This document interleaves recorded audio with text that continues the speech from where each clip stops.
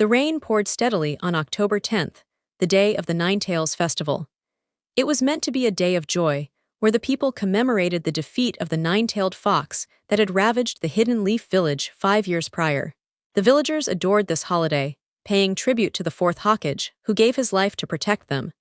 But for one small boy, this day brought only pain. It was his birthday, yet instead of joy, he faced fear and violence from the very people he called neighbors, people who chased him down and beat him nearly to death for reasons he couldn't understand.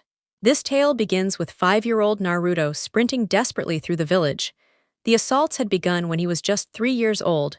They screamed at him, calling him a demon, a beast. They blamed him for their tragedies. But why?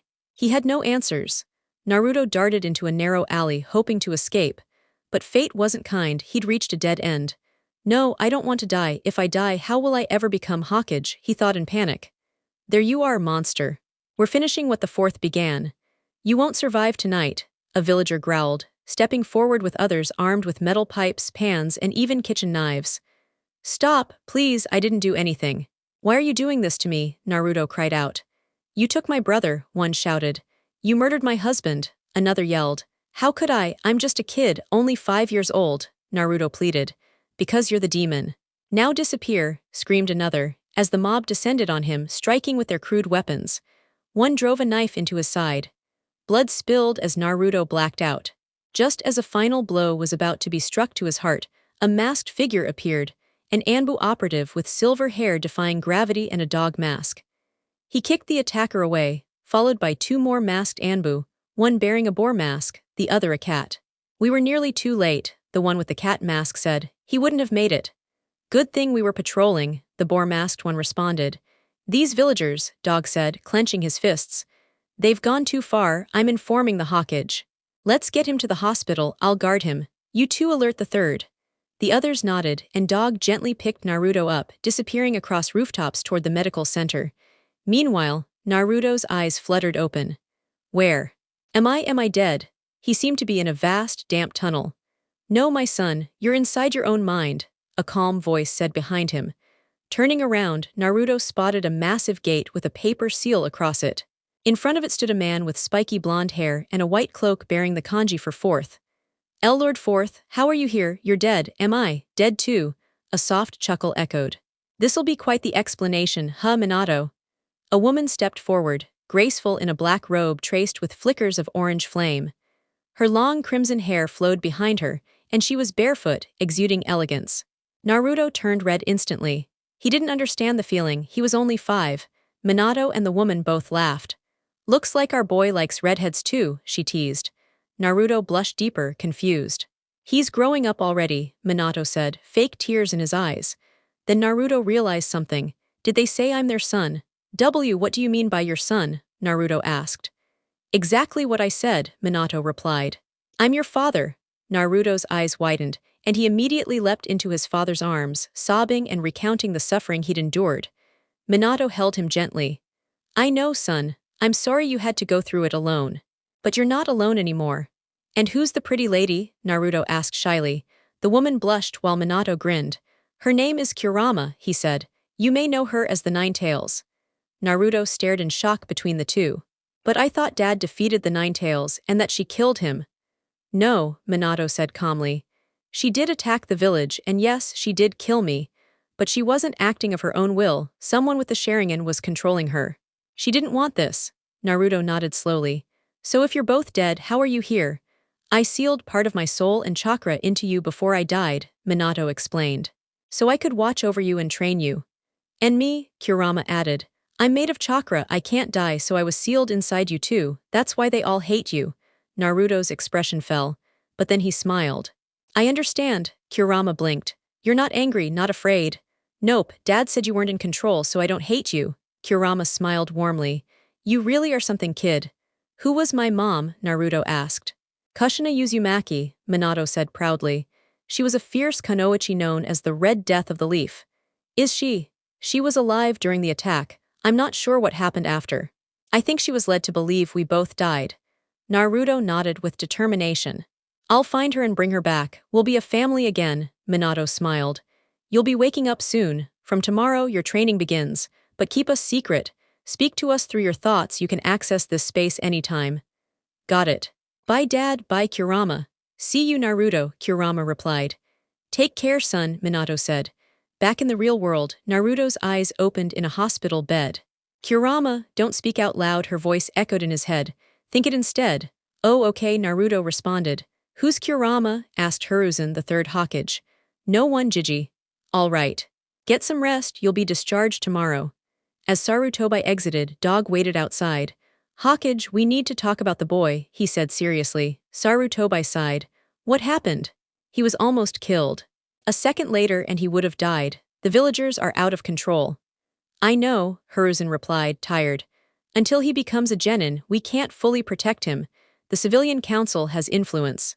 We can only assign ambu guards, and even they have limits. Let's hope Naruto doesn't go down a darker path, Dog said grimly. What would you do, Minato-sensei? The next morning, Naruto sat in a clearing, legs folded in meditation. He opened his eyes and found himself in his mindscape. Hey Dad, hey Kurama. Hello Naruto, they greeted. How do we start training? Naruto asked, excitement shining in his eyes. I'll train your body, teach you martial arts and swordsmanship. Minato will guide you in sealing techniques and advanced ninjutsu. Depending on your chakra nature, will help you master elemental techniques too. You'll also study history and politics. You'll need that knowledge to become Hokage and deal with the council, Kurama explained. We've already set a routine, Naruto beamed. Awesome. First, Minato said, I'll teach you the shadow clone jutsu. It creates solid clones that share their experiences with you once dispelled. If you make 6, you can train 6 times as fast. That's incredible. With your chakra reserves, Kurama added, you can handle 50 clones, so here's your schedule. Wake at 6, arrive at the training ground by 7, then create 50 clones. 30 will focus on physical conditioning. 20 will practice chakra control techniques like tree walking. This continues until noon. Then lunch and rest until 3. You'll eat healthy meals, she added firmly. Ramen only twice a week. No, not ramen, Naruto cried anime tears. Kurama ignored his theatrics. From 3 to 4, your dad will teach you village history and politics. I'll follow with ancient history from before the village system. Then, from 5 to 7, you'll study sealing arts. After that, you're free, but lights out by 10. Naruto nodded eagerly. Time skip 6 months had passed since Naruto began his intense training. His agility and power had grown significantly, and so had his chakra pool. The Uzumaki bloodline was known for producing chakra powerhouses. Even an average chunin from the clan had reserves comparable to a Kage. Naruto was both an Uzumaki and a Jinchuriki, so it wasn't surprising, but having Jonin-level chakra at just 5 years old. That was insane. Even more shocking was his chakra control. Normally, someone with such enormous reserves, especially at his age, would have trouble controlling it, but his was nearly flawless. Still, he had to keep training to maintain it as his reserves expanded. On his way to a weapons shop to buy a blade and chakra paper, Naruto heard someone sobbing. He followed the sound into a nearby alley and saw 3 boys harassing a young girl. Hey, back off, he shouted, stepping between them and the girl with arms spread protectively. Scram, brat, unless you want a beating, one of the boys threatened. Leave her alone and get lost, Naruto snapped. Or what? Another sneered. I'll beat you down and make you leave, Naruto declared. They burst into laughter. You're just a kid, we're genin. Don't say I didn't warn you. Multi-shadow clone jutsu, Naruto called out. Dozens of clones appeared, surrounding and overwhelming the bullies until they fled. Turning to the girl, he asked gently, Are you okay? She nodded shyly. I'm Naruto Uzumaki, what's your name? H. Hinata H. Hyuga, she stammered. Naruto smiled warmly. That's a beautiful name, Hinata. Thank you NN Naruto, she replied with a blush. Inside Naruto's mind, Ata boy, my son's gonna be a lady magnet, said Minato proudly. D-Dad, shut up. Naruto protested, blushing furiously. Back in the real world, a Hyuga clan member appeared. Hinata, let's go, get away from that commoner. Naruto's eye twitched at the insult, but he kept calm. Bye, Hinata, he said with a smile. Be-bye and Naruto, she said as she was led away, cheeks still pink. Naruto chuckled and walked on. He soon arrived at his training spot, having picked up chakra paper, kunai, shuriken, and a katana with a black blade and red-flamed hilt. It was too big for him to use properly, but he liked the look. Money wasn't an issue. He discreetly accessed the Namikaze estate and retrieved funds through a blood seal only he could unlock, keeping it secure from nosy council members. Looking at the chakra paper, he asked, "So I just channel my chakra into this?" "Exactly," Kurama replied. "If it tears, it's wind. Crumples, it's lightning. Burns, fire. Gets wet, water. Crumbles, earth. Don't worry if nothing happens." Most start this way at Chunin rank and rarely have affinities at 5. Naruto focused his chakra and the paper split. One part ignited, another crinkled. Then, unexpectedly, a new sheet materialized and vanished in a black flash. Kurama gasped. "Naruto, enter the mindscape." Now he sat and meditated quickly. Inside his mind, you've got 3 primary natures: wind from your mom, lightning from your dad, and fire from me, Kurama explained. "Wait, what else?" Naruto asked. "You also possess yin-yang release, something only the sage of 6 paths wielded. Remember how he created the tailed beasts?" "Yeah, with a technique that used yin to shape their bodies and yang to give them life." "Exactly. That was the creation of all things, a power of yin-yang release. You can bring imagination into reality with chakra.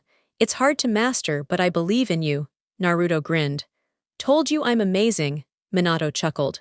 "He's not wrong. You are the chosen one," Kurama added. "Huh?" Naruto asked. "My father, the sage, foresaw the return of the Ten Tails. He gave me the ability to grant a new Dijutsu, stronger than his Rinnegan, to one person. That person had to have yin-yang release and a pure heart. You're that person." Both Naruto and Minato stared in shock. Kurama continued, "This eye has 3 stages, just like the Sharingan.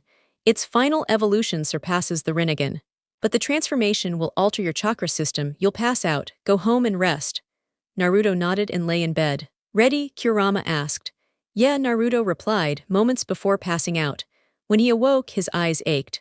"Is it done?" he asked. "Yes, look in the mirror." He stood up and checked. Nothing seemed different. "Push chakra into your eyes," Kurama instructed. He did, and watched in awe as his eyes transformed. The blue faded, replaced by glowing white with golden irises and black concentric circles. His pupils shrunk, a black cross forming at the center with one golden tamo around it. Standing on his balcony, Naruto marveled. "I can see everything, chakra auras, fine details even across long distances. Blue for humans, green for nature, yellow for animals. Incredible, of course it is. My father designed it. Your chakra is golden now, denser, stronger. Your body's also improving and adapting rapidly. And now you've got earth and water affinities too," Kurama added. "All 5 elements." "Amazing," Minato said. Kurama continued. "Your eyes can copy ninjutsu, taijutsu, and genjutsu like the Sharingan, but with better physical adaptation. There's another hidden ability you'll have to discover on your own." "What's this Dijutsu called?" Naruto asked. "No name yet, you choose. I'll call it Angel Eyes, or better Exogen." 2 years later, 2 years after awakening the Exogen, Naruto had advanced it to its 2nd stage. It gave him sight on par with the Mangekyo Sharingan. When active, time slowed, and his reflexes increased dramatically. He was shocked to discover he possessed versions of Amaterasu and Tsukiyomi, though altered. His Amaterasu burned with white and gold flames, hotter than the original. His Tsukiyomi was white and golden too, with fully customizable time flow. Even Mangekyo users couldn't escape it. These techniques caused no eye strain but did consume chakra, less so as he improved. He named them Holy Amaterasu and Heavenly Tsukiyomi. Kurama suspected he'd unlock a form of Susanoo upon reaching the 3rd stage. His Dijutsu was remarkable, but so was Naruto himself. His chakra reserves now dwarfed even the 3rd Hokage's by 4 times. Despite that, his control remained excellent. His taijutsu was mid-Chunin level, and his physical capabilities rivaled Chunin exams Rock Lee without weights. The resistance seals gifted by his father had truly helped. Genjutsu wasn't really his thing, though his Exogen made him proficient at it. His Kenjutsu, the Raging Whirlpool's style, suited him perfectly. He had only been training with the sword for a month, but he was progressing fast. Fuinjutsu came naturally to him, and he was already a level 7 seal user, well on his way to mastering the art. Despite everything else, his true strength lay in ninjutsu. He was a natural genius in the field, possessing all 5 elemental natures, and the ability to produce thousands of shadow clones definitely gave him an edge. On top of that, he had the former Hokage and a millennia-old fox spirit, brimming with knowledge, sealed within him. He had already mastered the Rasengan, along with several elemental techniques. He'd learned the body flicker technique and was even able to use it with various elemental affinities. His training in yin-yang release was progressing smoothly, and he had an instinctive grasp of it, even though it was notoriously difficult to master. He had also discovered that yin-yang release allowed him to manipulate gravity and instantly heal injuries. It wasn't typical medical ninjutsu, it was simply an inherent trait of the release, albeit one that drained considerable chakra when treating major wounds. Even with such accomplishments, he sensed his eyes possessed another ability he had yet to uncover. A 7-year-old Naruto was finishing his 7th bowl of ramen when a puff of smoke appeared behind him. Turning around, he found an ANBU standing silently. "The Hokage requests your presence," the masked shinobi said. Naruto gave a small nod as the ANBU placed a hand on his shoulder, and they vanished in a swirl of leaves. "He didn't even pay," Tyuchai, the stand owner, muttered, shedding exaggerated anime tears. Back with Naruto, he and the ANBU arrived in the Hokage's office, where the ANBU promptly disappeared. "So what did you want to talk about, Gramps?" Naruto asked. "Ah, Naruto, how have you been?" Hiruzen greeted warmly. "I've been good, old man." His eyes then caught sight of a green-haired girl around his age. "Hey, I'm Naruto Uzumaki, who are you?" "My name's Fu," she replied. "Nice to meet you, Fu," Naruto said with a gentle smile, making her cheeks flush. "He's kind of cute," she thought. Then Naruto looked back at Hiruzen. "So why did you call me here, Gigi?" "Well," Hiruzen began, "it's about Fu." Naruto tilted his head as the old Hokage continued. "She's originally from the hidden waterfall village. Sadly, like you, the people there mistreated her. The only one who ever treated her kindly was the village head, Shibuki. He sent her here hoping she'd have a better life." Fu was quietly wondering why Naruto was treated badly too, but he simply nodded and asked, "So, you're a Jinchuriki?" This question surprised both Fu and Hiruzen. "Which tailed beast do you hold?" he followed up. Fu looked down, expecting rejection, but chose to answer. "The 7 tails." "Oh, I've got the 9, Naruto said, causing both Fu and Hiruzen to gape. Fu's face quickly lit up. "How did you know, Naruto? When did you learn this?" Hiruzen asked suspiciously. "All in good time, Gigi. I've got some things to reveal that'll shake you, but I'll wait until I pass the Academy's graduation test. That way the civilian council won't have any authority over me." Hiruzen raised an eyebrow. "How does this boy know all that? He's smarter than he lets on. Maybe I should observe him more closely," he thought. "And Gigi," Naruto continued, "please don't send ANBU to watch me or use your crystal ball to spy. I promise to explain everything after I become a genin. There are things even you aren't aware of." The old Hokage considered his options. He could ignore the request and keep tabs on Naruto, but if caught, he'd lose the boy's trust. Alternatively, he could wait a bit longer. He chose patience. "Very well, Naruto, I'll wait. Now the reason I brought you here, Fu has just arrived in the village. She doesn't have any friends or a place to stay. I was thinking you both have similar lives and both of you would understand each other. How would you feel about living together?" "That'd be amazing," Fu said, casting a hopeful glance at Naruto. "That would be awesome," Naruto replied with a wide grin. Fu immediately threw her arms around him and cried into his chest. Thank you so much," she whispered with tears streaming down her face. Then suddenly she kissed him full on the lips. Naruto's eyes widened before he slowly returned the kiss. "Ahem," came a voice in Fu's mind, "Chomai, the 7 tails. As much as I'd love to watch you make out with your new boyfriend, the Hokage's right there." Shut up, Chomai, he's not my b-boyfriend," Fu replied, completely flustered. Meanwhile, inside Naruto's mindscape, Minato sobbed anime tears, babbling about how proud he was of his son. Kurama just stared, briefly jealous, then burst into laughter at the sight of Naruto's tomato-red face. Fu pulled away quickly and they both stood up, faces burning with embarrassment. Chuckles could be heard from the hidden ANBU, and Hiruzen cleared his throat with a grin. Sorry, and Naruto," Fu stammered. "It's okay, Fu. I kind of liked it," Naruto muttered before realizing what he'd said. "What?" Fu exclaimed, her blush deepening. Hiruzen cut in. "If you two are done, we still have some matters to settle." The two Jinchuriki nodded. Hiruzen continued, "I'll provide both of you with a monthly stipend. If you ever need extra cash, you may take on D-rank missions. I'm giving you special permission. Here, take a look at this pamphlet. It outlines mission payouts." They looked at the chart together. S rank mission, 500,000 Ryo A rank mission, 100,000 Ryo B rank mission, 50,000 Ryo C rank mission, 10,000 Ryo D rank mission, 500 to 1,000 Ryo depending on the task. How many D rank missions can we do in a day? Naruto asked. Hiruzen pondered. As many as you can handle. Most genin avoid them, so there's a backlog. Once you both become official ninjas, I'll start logging them in your records. Naruto grinned. As many as we want, huh? Thanks, Gigi, can we head out now? Yes, show her around. Naruto nodded and the two left. He gave Fu a full tour before bringing her to his apartment. Fu, have you ever talked to Chomai? She blinked in surprise that he knew the beast's name. Yeah, she and Shibuki were the only ones who cared. Naruto nodded and sent a mental message. Dad, should I tell her? Tell her what? Minato asked. Everything, she's just like me. Plus, we'll be living together. We can even help train her with Chomai's aid. All right, let's do it. Fu, can I trust you with a secret? Naruto asked seriously. Yes, you can. Okay then, there's a lot you need to know. 1 hour later. So let me get this straight, Fu said, piecing it all together. You're the fourth Hokage's son, and he's sealed within you along with Kurama. They've been training you for the past 2 years. You also have a special eye technique stronger than the Sharingan, and when it reaches its final stage, it'll surpass the Rinnegan. Yup. That's pretty much it, Naruto confirmed. That's awesome, we'll start training tomorrow. You take the bed, I'll crash on the couch. You sure it's your place now too? Yep. All right. Good night, Fu. Night, Naruto. They both went to sleep. The next morning, Naruto stirred but couldn't get up.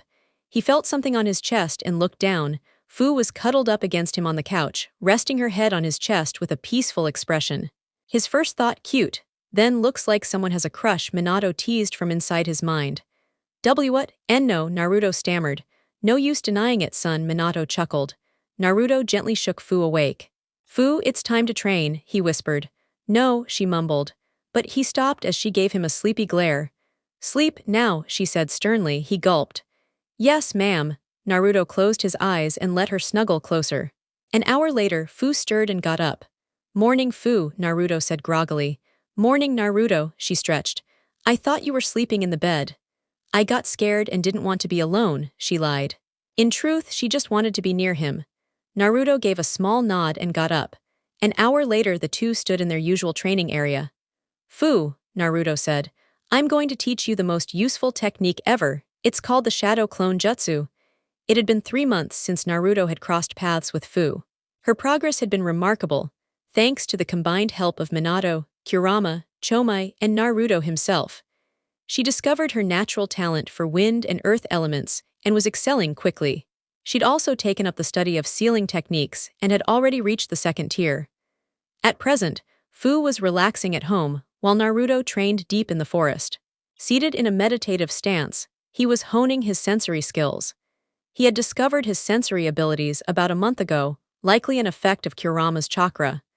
Midway through his training, he detected 2 chakra signatures heading away from the hidden leaf. One of them belonged to Hinata. Knowing she hadn't been assigned any missions, Naruto immediately sprang into action. When he caught up, he was stunned by what he saw. A Cloud Village shinobi fleeing while carrying a bound Hinata. Naruto hurled a kane at the enemy, forcing him to dodge and stop. The man turned, smirking. A brat trying to be a hero. Run along, kid, before you get hurt. Naruto ignored the threat and demanded, Why are you taking Hinata? What do you want with her? The rogue ninja laughed. Kumo needs the Byakugan, she's the key to getting it. Fury surged in Naruto. You dare treat her like some tool, you'll regret it. Oh. And what are you gonna do, little boy? Naruto's eyes transformed into Tutamo Exogen as he whispered, Celestial Tsukuyomi. The scenery warped. The man now found himself in a glowing field with golden skies and silver clouds. Hinata was gone from his arms. Where are we? He asked, bewildered. This is the Celestial Tsukuyomi, Naruto explained calmly. My domain. I command everything here, including time. 1 second in the real world could be a year here. Welcome to your torment. Release, Kai, the Kumo ninja cried, but nothing happened. Don't waste your breath, this illusion can't be broken. Suddenly, glowing chains erupted from the ground, binding the man's limbs and suspending him mid-air. 1,000 versions of Naruto appeared, each wielding a sword. One stabbed him, and as he screamed, the wound instantly healed, only for another Naruto to do the same. This cycle will last a week, Naruto said coldly. Until you understand suffering. 1 second later in reality, the ninja collapsed, unconscious. Naruto swiftly caught Hinata before she hit the ground, cutting the ropes binding her. She clung to him, sobbing into his chest, just as the Hokage, several ANBU, Hayashi and 2 Hyuga guards landed nearby. Are you all right, Naruto?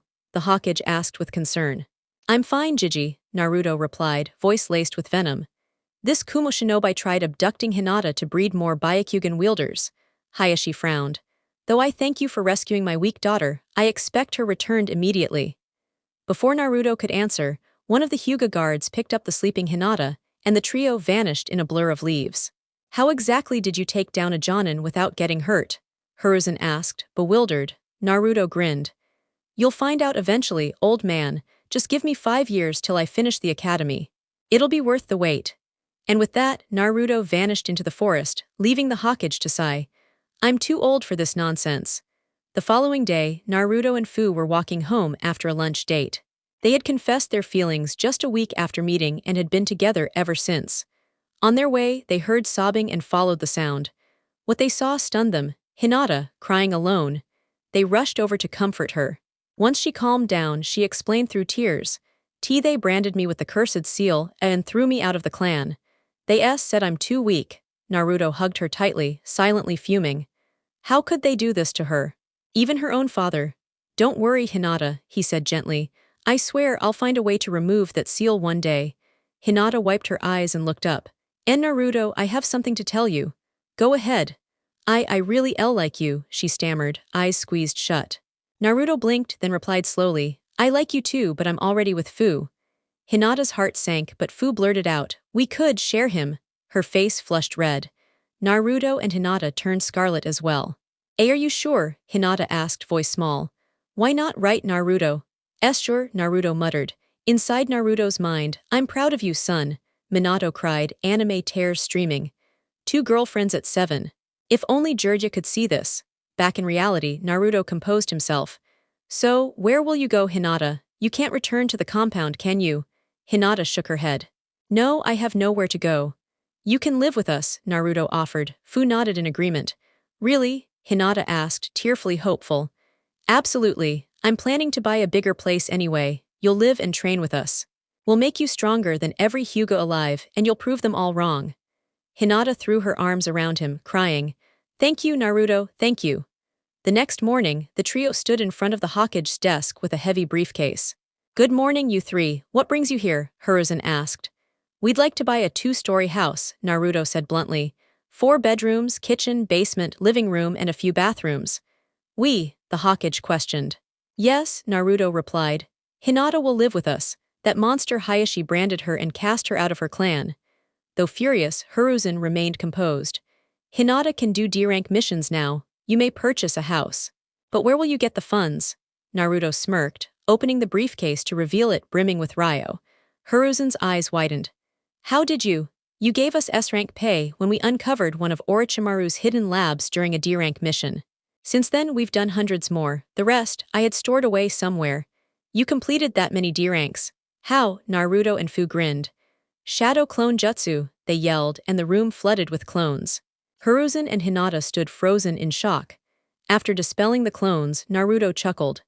This jutsu's A-rank, yeah, but I saw Kakashi use it against Guy, gave it a shot and it worked. Also, don't forget, we're both Jinchuriki, and I'm in Uzumaki. My chakra reserves outmatch yours 4-fold. The Hokage did what any reasonable elder would do in that situation. He fainted. Hinata followed shortly after. Time skip. 3 months had gone by since Naruto rescued Hinata from the Kumo ninja. Now, the trio lived together in a modest 2-story home, nothing luxurious but perfect for them. Naruto claimed the master bedroom, while Hinata and Fu took one for themselves, though all 3 ended up sleeping in Naruto's room every night. Initially, they offered excuses, but soon, it became the norm. In that time, Hinata had grown significantly stronger. She discovered her natural alignment with water and lightning chakra, a potent mix. This also explained why she struggled with the gentle fist. It required earth-natured chakra, which she lacked. With Naruto's help, she began developing her own technique, the flowing fist. While it was inspired by the Hyuga style, It emphasized graceful dodges and fluid strikes to chakra points. They may have done a little late-night library research in the Hyuga archives to better understand Byakugan and gentle fist techniques. Hinata's time with Naruto also helped her come out of her shell. Naruto, Fu, and Hinata had all enrolled at the academy, choosing to mask their real power, personalities, and relationship until they officially became shinobi, to avoid unwanted attention, especially from the civilian council. Naruto played the fool, donning a bright orange outfit and acting like a loud, annoying brat. Hinata feigned her usual shyness, while Fu thought it would be amusing to behave like a moody Uchiha. The trio had already shared everything with Hinata, and even held talks with Minato, Kurama, and Chomai in their shared mindscape. A peaceful place with grassy plains, a flowing river, woods, and mountains. Each resident had a home of their own, and the ceiling on both Kurama and Chomai had been lifted. 5 years later, the three had come a long way. Fu's chakra reserves had grown to 4 times that of the third Hokage. Her taijutsu was at mid-jonin level, and her ninjutsu reached high jonin. She had little talent for genjutsu, but made up for it by becoming a sealing expert. Her preferred weapons were a pair of long daggers. Hinata now possessed chakra on par with a high-level jonin. Her taijutsu reached high jonin standards, and her ninjutsu was at mid-jonin level. She didn't pursue genjutsu, but had perfected her flowing fist and started integrating her elements into it. Lightning and water meshed well. She began using senbons and had learned to make poisons. She also studied medical ninjutsu from Chomai and showed natural talent in the field. Her timid demeanor had vanished. She even helped Naruto execute a few pranks behind the scenes. Naruto had become a force of nature, a chakra powerhouse who could field entire armies of shadow clones. His control kept up with his output, though it wasn't always easy. He had made the most progress over the years. His taijutsu was at mid-cage level, and he developed his own style, the Dragon Fist. Unpredictable and dangerous, it took him a year to master. With it, he could either knock someone unconscious by hitting pressure points or disrupt chakra flow by targeting specific spots using bursts of energy. Against armored foes, he relied on raw strength and speed and could even insert minor genjutsu during close combat. He also used chakra scalpels and mixed in elemental techniques. The result was devastating. In genjutsu, Naruto stood at mid-jonin level, and his sealing prowess had reached level 10. His Exogen evolved into its third Tamo, granting him access to the Susanoo. His vision surpassed the Manjikayo Sharingan, and he could now use techniques like Holy Amaterasu and Heavenly Tsukuyomi at lower chakra costs. His ninjutsu was nothing short of brilliant. He had already invented several S-rank jutsus, and had learned the Flying Thunder God technique. His Rasengan had been enhanced with elemental chakra and fine-tuned so that it no longer harmed him during use. Thanks to shadow clones, he mastered the creation of all things, gravity control and regeneration. He also unlocked a unique yin-yang release technique he dubbed shadow control, allowing him to become one with shadows, phase through attacks, and even manipulate others' shadows, not relying on his own like the Nara clan did, but requiring significant focus. The bond between the three had deepened. Naruto became fully aware of this the day he found Hinata and Fu making out in his room. That had turned into an incredibly long session for all of them. It was the final day at the academy, the day they'd officially become shinobi, the day they'd drop the act and reveal who they truly were. As they strolled through Konoha's streets, Fu and Hinata each held on to one of Naruto's arms. Now 12, he was the tallest in their class, followed by the girls. He had ditched the obnoxious orange and wore black combat boots with orange pants flared at the bottom in white flames. A long-sleeved black shirt clung to his toned frame, featuring a golden fox and silver dragon forming the yin-yang symbol on his chest, surrounded by the symbols for fire, water, earth, lightning, and wind. Over this, he wore a flowing black cloak like his father's, adorned with golden flames, the Uzumaki crest in red on the back, and a golden 9 kanji at the top. Black fingerless gloves and golden wristbands, housing invisible seals, finished the look. His hair had grown out to shoulder length. To his right, Hinata wore black sandals and black Anbu-style pants, matched with a bulky, open lavender jacket lined with white fur and a black phoenix printed on the back. Her wrists bore dark blue seal-lined bands. On his left, Fu had white pants decorated with orange swirl patterns, a yellow 7 on her right thigh, and an eagle design on the left. She sported her sleeveless crop top with fishnet underlay and long white arm guards bearing hidden seals. Their walk was uneventful. Most villagers didn't even recognize Naruto anymore. When they reached the academy, they found the classroom empty and took seats at the back. Naruto sat in the middle with Fu and Hinata resting their heads on each of his shoulders. Slowly, the room filled. Then came Sasuke Uchiha, trailed by his usual gaggle of admirers. Kiba walked in and noticed Fu and Hinata leaning on Naruto. His jealousy flared and he stormed up to them. "Hey, what do you think you're doing with Fu and Hinata?" he barked, pointing at Naruto. "I do have a name, you know," Naruto replied casually. "Oh yeah, what is it?" "Uzumaki, Naruto Uzumaki." Kiba froze. This couldn't be that Naruto. "So what? New outfit doesn't mean you can steal my girls. They're not yours, Kiba, and they don't even like you." "You jerk!" Kiba yelled, swinging his fist, only for Hinata to catch it midair. "Touch my boyfriend again, and I'll tear off what makes you a man," she growled, twisting his arm. "Stop pestering us, Kiba," Fu added, slamming his head onto the desk and shoving him aside. "We're with Naruto now. Deal with it?" "Ladies, was that really necessary?" Naruto asked. "Definitely," they replied in unison. Naruto sighed. The rest of the class stared in shock, whispering among themselves until Uruka entered, shouting, "Quiet," using his big head technique. Everyone went silent as he began roll call. "Uzumaki Naruto." "Yo," Naruto answered. Uruka looked up and nearly dropped his clipboard. A little while later, Uruka finished his motivational speech about becoming shinobi. Mizuki passed out the written tests. When Naruto received his, he immediately sensed something off. Activating his exogen discreetly, he muttered internally a genjutsu. "Nice try, Mizuki." Kai.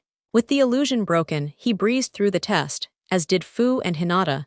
45 minutes later, the students gathered outside for the Taijutsu evaluation. "For this section, you'll be facing Mizuki. All you need to do is last at least 2 minutes. He's a chunin, so it won't be easy," Uruka announced. After a moment of silence, "Naruto Uzumaki," Uruka announced. Naruto stood up and moved to the center, taking his signature dragon fist stance. His left leg stretched forward, the right bent behind him. His left palm extended toward Mizuki, right fist coiled tightly near his waist. "Time to crush this monster," Mizuki thought with a smug grin. "Ready?" Uruka asked. Both nodded. "Begin!" Mizuki lunged at Naruto with a punch. Naruto sidestepped and struck Mizuki's arms, releasing bursts of chakra on contact, then sent him flying with a kick. Mizuki tried to lift his arms, but they wouldn't respond. "What did you do to me?" "I shut off the chakra points in your arms," Naruto replied calmly. "That's not possible," Sakura yelled. "Only Hyugas can do that. The chakra pathways are mapped in the human body. I studied them. I can't see them like the Byakugan can, but I approximate their positions and release chakra in pulses to hit the area. I don't need the Byakugan to make it effective," Naruto explained. "You brat, you're dead," Mizuki growled as he charged, but Naruto smiled. "You stepped into my domain, 2 palms, 4 palms, 8 palms, 16 palms, 32 palms, 8 trigrams 64 palms," Naruto cried out, slamming Mizuki into the wall and knocking him unconscious. Everyone, except Hinata and Fu, stared in utter disbelief. Naruto had just used a sacred Hyuga technique without the Byakugan. "That power," Sasuke fumed. "That should be mine. I'm an elite Uchiha. He doesn't deserve that." "Well, since Mizuki's down, we'll proceed to individual bouts," Uruka said. "First up, Hinata versus." "I'm no longer part of the Hyuga clan, sensei." "Drop the name," Hinata interrupted coldly. "Right. Hinata versus Ino Yamanaka," Uruka corrected as both girls stepped forward. "Hope you're ready to lose, Hinata," Ino taunted. Hinata let out a sigh. "Just get it over with." "Start," Uruka called. Ino rushed at Hinata with her fist raised, but Hinata casually dodged and charged her fingers with lightning chakra. She tapped Ino's forehead, electrocuting her and rendering her unconscious. "Was that lightning chakra?" Uruka blinked. "What is even happening today?" "Winner, Hinata," he declared. "Next match, Fu versus Sakura Haruno." Both girls readied themselves. "Begin," Uruka said as Sakura dashed forward. "You're boring," Fu said, vanishing in a gust of wind. A sudden blow to Sakura's gut knocked the air from her lungs. Looking down, she saw Fu's fist buried in her stomach. Then, Fu leaped up and kicked her in the head, knocking her out cold. Fu never excelled in hand-to-hand. And she knows Win Shunshin now, Uruka thought stunned. Winner Fu, he announced. Next is the weapon accuracy test. Later on. Sasuke Uchiha, Uruka called. Sasuke stepped forward, picked up 10 kunai, and hit each target dead center. Then he took 10 shuriken and hit nearly all vital points on the dummy, missing only one. 19 out of 20. Nice work, Sasuke, Uruka praised. His fan club erupted in cheers. As Sasuke returned, he passed Naruto and sneered, "Try beating that loser." Next, Naruto Uzumaki, Uruka said. Naruto inspected the kunai and noticed they were dulled. Looking up, he saw Mizuki smirking. Unbothered, he infused the kunai with wind chakra, closed his eyes, flipped midair and threw them. Each knife pierced the center of its target. Sasuke stared, dumbfounded. Just like Itachi, Naruto grabbed the shuriken, charged them with wind chakra and hurled them at the dummy, but they flew past it and hit the tree behind. You missed, Sakura shrieked, making everyone wince. No, I didn't, Naruto said. What are you? She stopped as the dummy crumbled into cleanly cut pieces. Eyes widened in shock. Excellent, Naruto, Uruka said, recovering first. Full marks, 20 out of 20. How? Sasuke demanded. Naruto smirked. You pick up a few tricks helping Itachi wipe out the Uchiha clan. Sasuke froze, face pale. Naruto burst out laughing. You're too easy, Sasuke. Like I'd ever want to destroy your lame clan. Fu and Hinata chuckled as they joined him. Hinata kissed him on the cheek. Furious, Sasuke lunged at Naruto. I'll kill you. Hinata calmly threw a senbon into Sasuke's neck, freezing him in place. Relax. It's just a paralysis needle, 10 minutes tops, she said as his fangirls screamed at her. Uruka blinked. When did Hinata start using poisons and needles? Then, Hinata and Fu aced the throwing section with perfect scores. Finally, it was time for the ninjutsu segment. Uruka addressed the class. Everyone must perform substitution, transformation, and clone jutsu. For bonus points, any additional technique is allowed. Eventually, only Naruto remained. Naruto, do the substitution, Uruka ordered and threw a kunai. Naruto swapped with a log instantly. Now the clone jutsu. Naruto concentrated, holding back as much chakra as possible. A faint puff of smoke followed by a pale, lifeless clone. Everyone laughed. Still can't get it right, he muttered. Uruka-sensei, yes, Naruto. Can I do a different clone? I've got way too much chakra for the basic version. Different how? Let me show you, Naruto said. Multi-shadow clone jutsu. A massive cloud of smoke erupted, dozens upon dozens of clones appeared across the field. Just illusions, scoffed Sasuke. Then pain hit his stomach, 2 clones punched him simultaneously. Are these illusions too? They asked in unison before vanishing. Naruto. That's an A-rank forbidden technique, Uruka exclaimed. Naruto grinned. Come on, Uruka-sensei, I can't give away all my secrets, maybe later. All right, transformation next, Uruka instructed. Naruto turned into the 4th Hokage, drawing gasps. Good. Now bonus jutsu time, Uruka said. Kiba went first with Fang over Fang, followed by Shikamaru's shadow possession. Shino used a bug clone jutsu. Ino did mind transfer, and Choji demonstrated expansion jutsu. Sasuke stepped up and performed fireball jutsu, releasing a huge flame, prompting wild cheers from his fan club, until Naruto smacked him on the head. Idiot, you just lit the forest on fire. Everyone turned to see the trees burning. Uruka-sensei, any water jutsu? Naruto asked. Uruka shook his head. Typical, now I have to fix your mess. Hinata with me. Naruto and Hinata formed hand signs and unleashed, water-style, giant water wave. A torrent of water extinguished the flames. Fu, clear the air, Naruto said. Wind style. Wind wave, Fu clapped her hands, blasting the smoke away. Everyone stood stunned. Genin-level students performing this, Uruka sighed. I'm just going to count those as your bonus jutsus and not question anything. He pinched his nose. I need a drink. He then handed out forehead protectors. Congratulations. This year's top kunoichis are Hinata and Fu, and the rookie of the year is Naruto Uzumaki. Everyone was stunned. The so-called failure of the class had just been named Rookie of the Year. Almost immediately, a chorus of Sasuke's admirers erupted in disbelief. How can that loser get Rookie of the Year? I'm an elite Uchiha. That title belongs to me, Sasuke snapped, prompting Naruto, Hinata, and Fu to roll their eyes.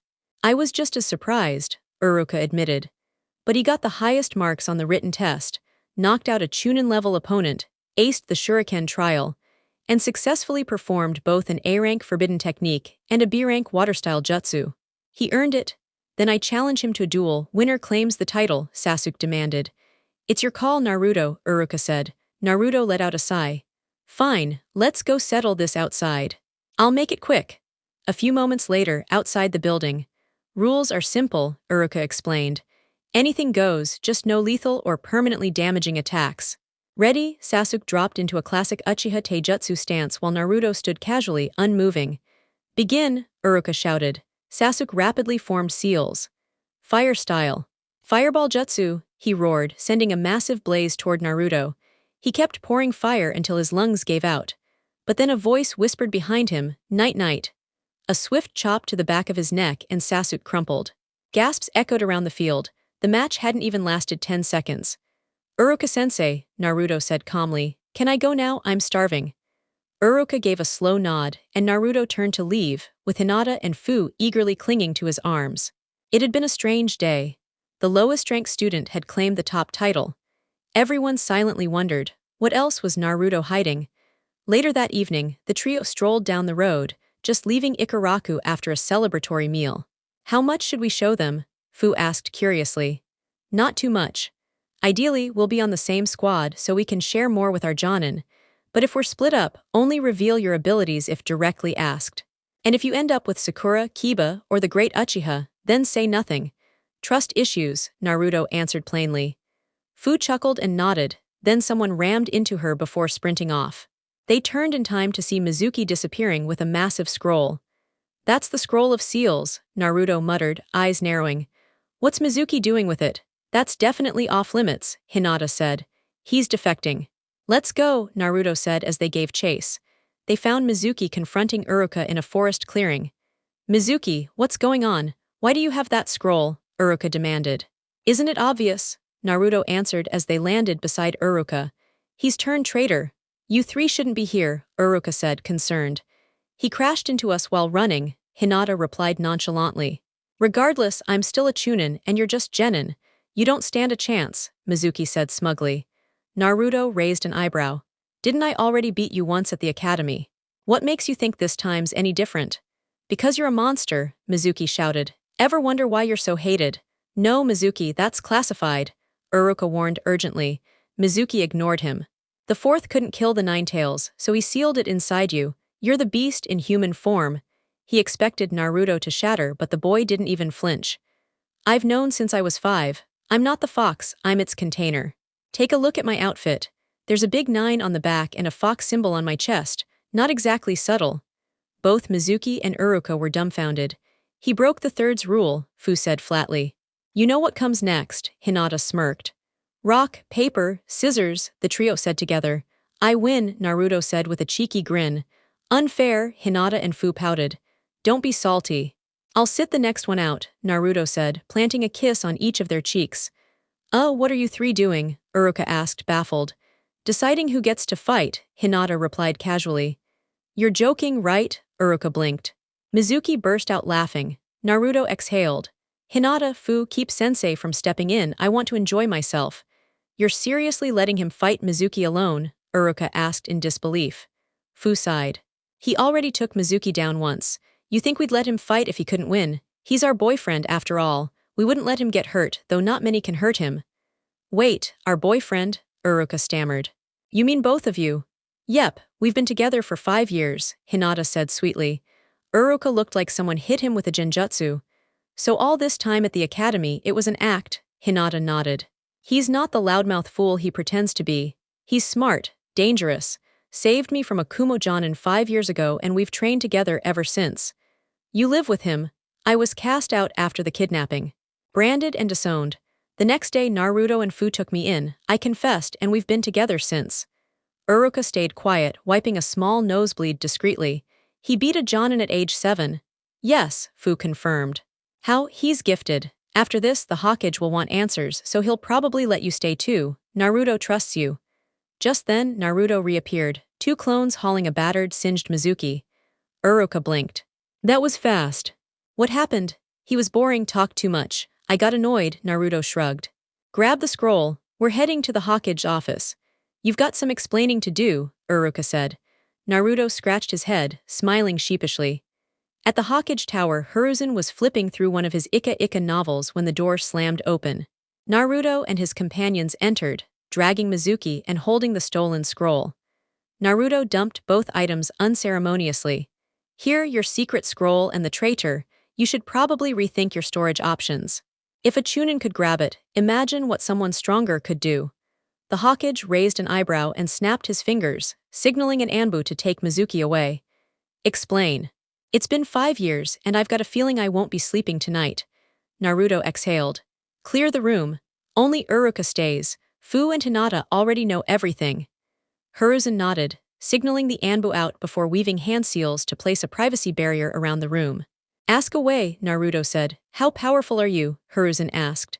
Strong enough to send Jiraiya flying back to Mount Myaboku if he peeks on me and my girls. Your girls, Fu and Hinata? I had a hunch. Why do you think Jiraiya would peek? He's a notorious pervert. If he learns his godson's in a poly relationship, he won't resist. Hiruzen's gaze sharpened. How much do you know? All of it, Naruto replied calmly.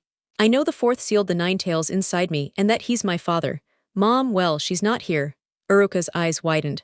The fourth Hokage is your dad. Yeah, take away the whiskers and I'm practically his twin. Then, who's your mom? Katsumi Uzumaki. A chill ran down Uruka's back.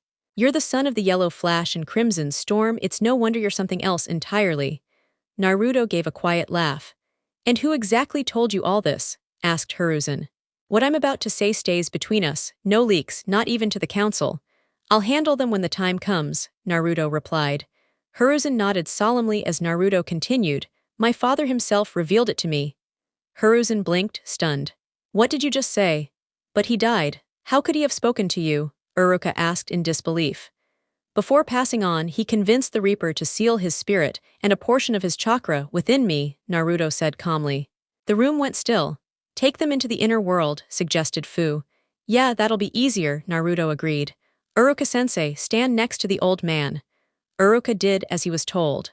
Naruto stepped forward, touching both their shoulders as the girls placed their hands on him.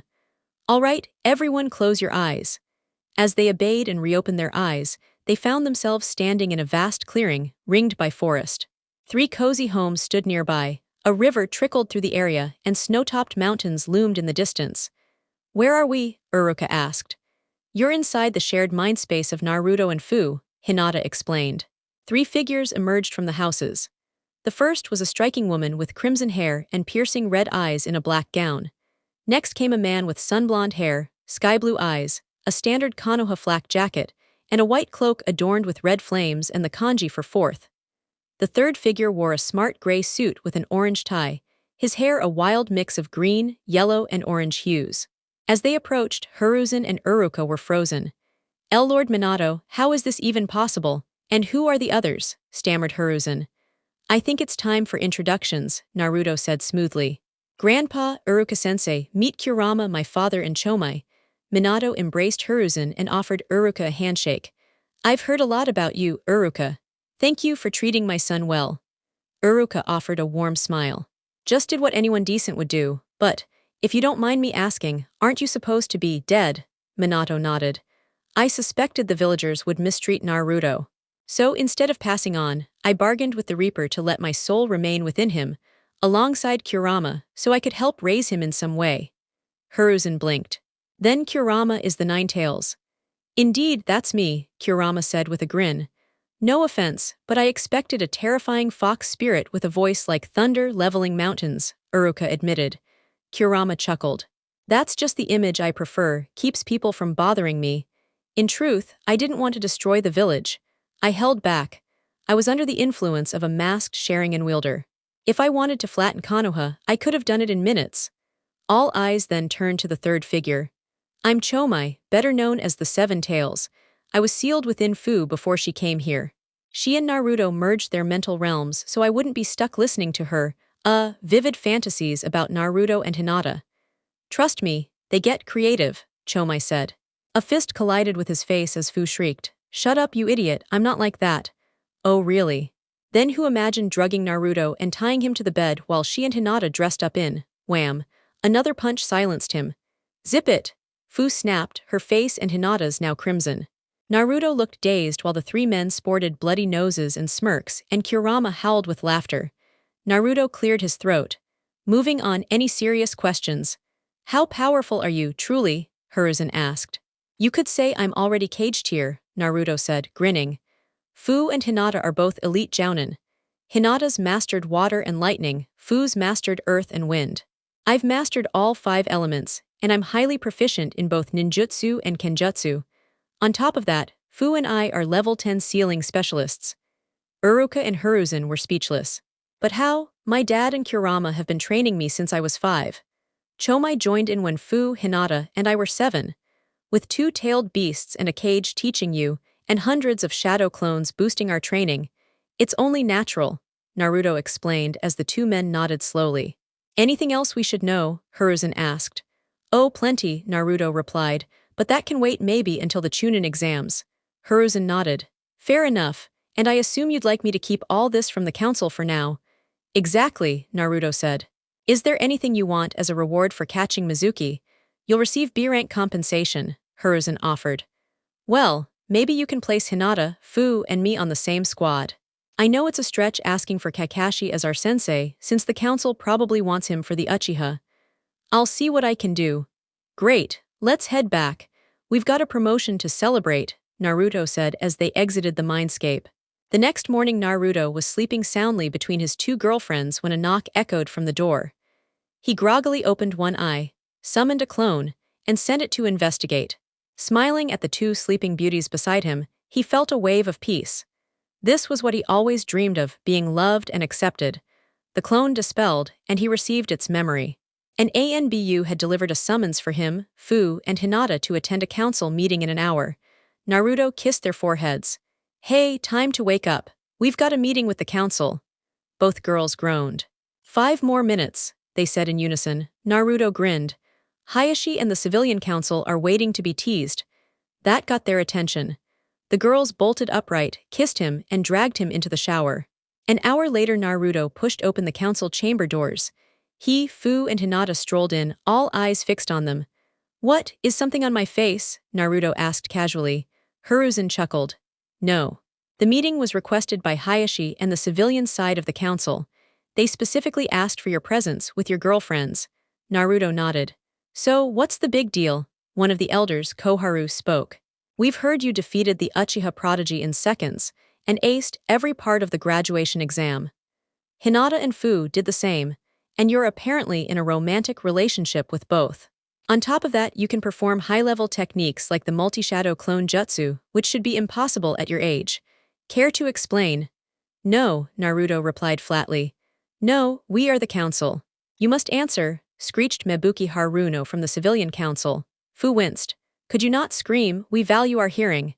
You're the civilian council. You only advise the Hokage on civilian matters. My skills as a shinobi. None of your business. And as for the elders, your role is advisory too. I answer only to the Hokage, the Shinobi Council, and intelligence, Naruto declared. The Hokage chuckled, while Inoichi and Choza looked impressed. Shikaku muttered, another troublesome blonde. Hayashi remained stoic, though clearly irked. Still, we'd like to know how the 3 of you became so skilled, said Shikaku. Naruto sighed. Training, hard work. And hiding our capabilities from people like you who'd hold us back. You all still don't know the difference between a scroll and a kunai. The shinobi side nodded. Inoichi spoke up. But B-rank jutsus and thousands of clones. That still doesn't add up. You forget, Naruto said. Fu and I are Jinchuriki with monstrous chakra reserves. Hinata's been pushing hers higher for 5 years. And I'm in Uzumaki. Our chakra pools are legendary. Add in top-tier training and well, you get us. Anyone teaching you these things? Asked Hayashi. Naruto smirked. Let's just say we've had mentors. The Hokage knows who. That's enough for now. Inoichi gave a grim nod. That boy and the girl are clearly hosts to the 9 tails and 7 tails. No genin should be capable of such power. I say we eliminate them now, before they become a threat to the village, declared Mebuki Haruno. Did you not hear what he just said? He mentioned we've been training for years, said Hinata firmly. Exactly. If we really were the tailed beasts, wouldn't we have raised the village already? And if you truly feared us turning on you, maybe you should have treated us decently. Abusing us would only make that outcome more likely, Fu added. Why you're lying? Why should we trust anything you monsters say? Mebuki spat. Naruto sighed. They're not going to listen, Fu. Let's just prove it to them, he said. Fu nodded.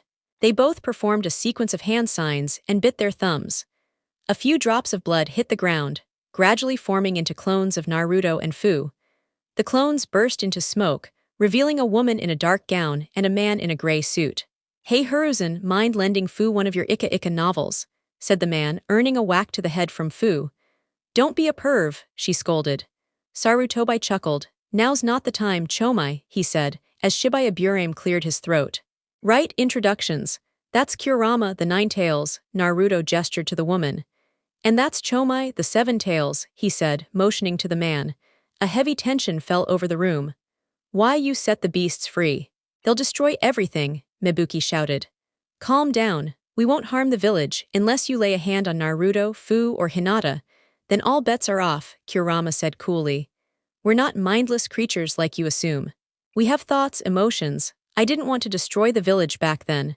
I was under the control of some masked Sharingan user, and don't think you can repeat that. Naruto placed counterseals on me.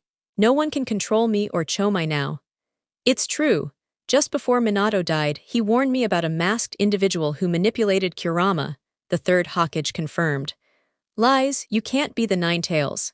The beast was a furious monster, not a person, Himura said in disbelief. This is just my human form. As for the malice, Naruto purged it. But if you need more proof, Kurama began shifting into a colossal orange fox, its 9 tails swaying behind her.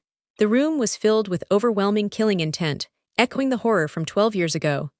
Then, in a puff of smoke, she reverted back to human form and the tension vanished. Feel that? I'm sorry about the lives lost. I didn't want it to happen, but I was under a genjutsu. I tried resisting. It's why only a section of the village fell, not all of it, Kurama said quietly. Naruto, I'm heading back, she said, then dissolved into blood, disappearing. I'll go check on her, Chomai said before vanishing as well. She always carried guilt for what happened, you know, Naruto said. She used to, Tsume Inuzuka questioned. She still feels regret, but not as much now, especially after seeing how the villagers treated me, Naruto answered. Some civilian council members looked down with shame, while others remained cold. Anyone else got questions? Naruto asked. Yes, Hayashi Hyuga spoke, drawing everyone's attention. Well, go on, Naruto said. I heard you used one of our clan's sacred techniques during the graduation test. The 8 trigrams 64 palms. How did you learn it? That's a secret passed down within our clan, the Hyuga head asked sharply. My wonderful girlfriend taught me, of course. Naruto grinned and wrapped his arm around Hinata. Hayashi's face twisted with anger.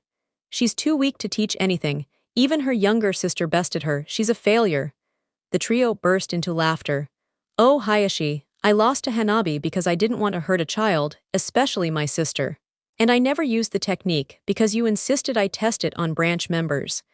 I refused to harm others without cause. Plus, I lack the earth affinity that most Hyuga have, so Jukin isn't even a good match for me, Hinata said coolly. You still had no right to share our techniques with someone like him, Hayashi shouted. Naruto laughed hard. That's rich coming from you. I don't even need your precious clan tricks or those eyes. I used the move only to mask my real abilities and to piss off that smug Uchiha. How dare you insult Lord Uchiha like that? A civilian cried out. You worship him, yet he hasn't even awakened the Sharingan. His brother Itachi was far more talented and humble, Naruto replied. Enough.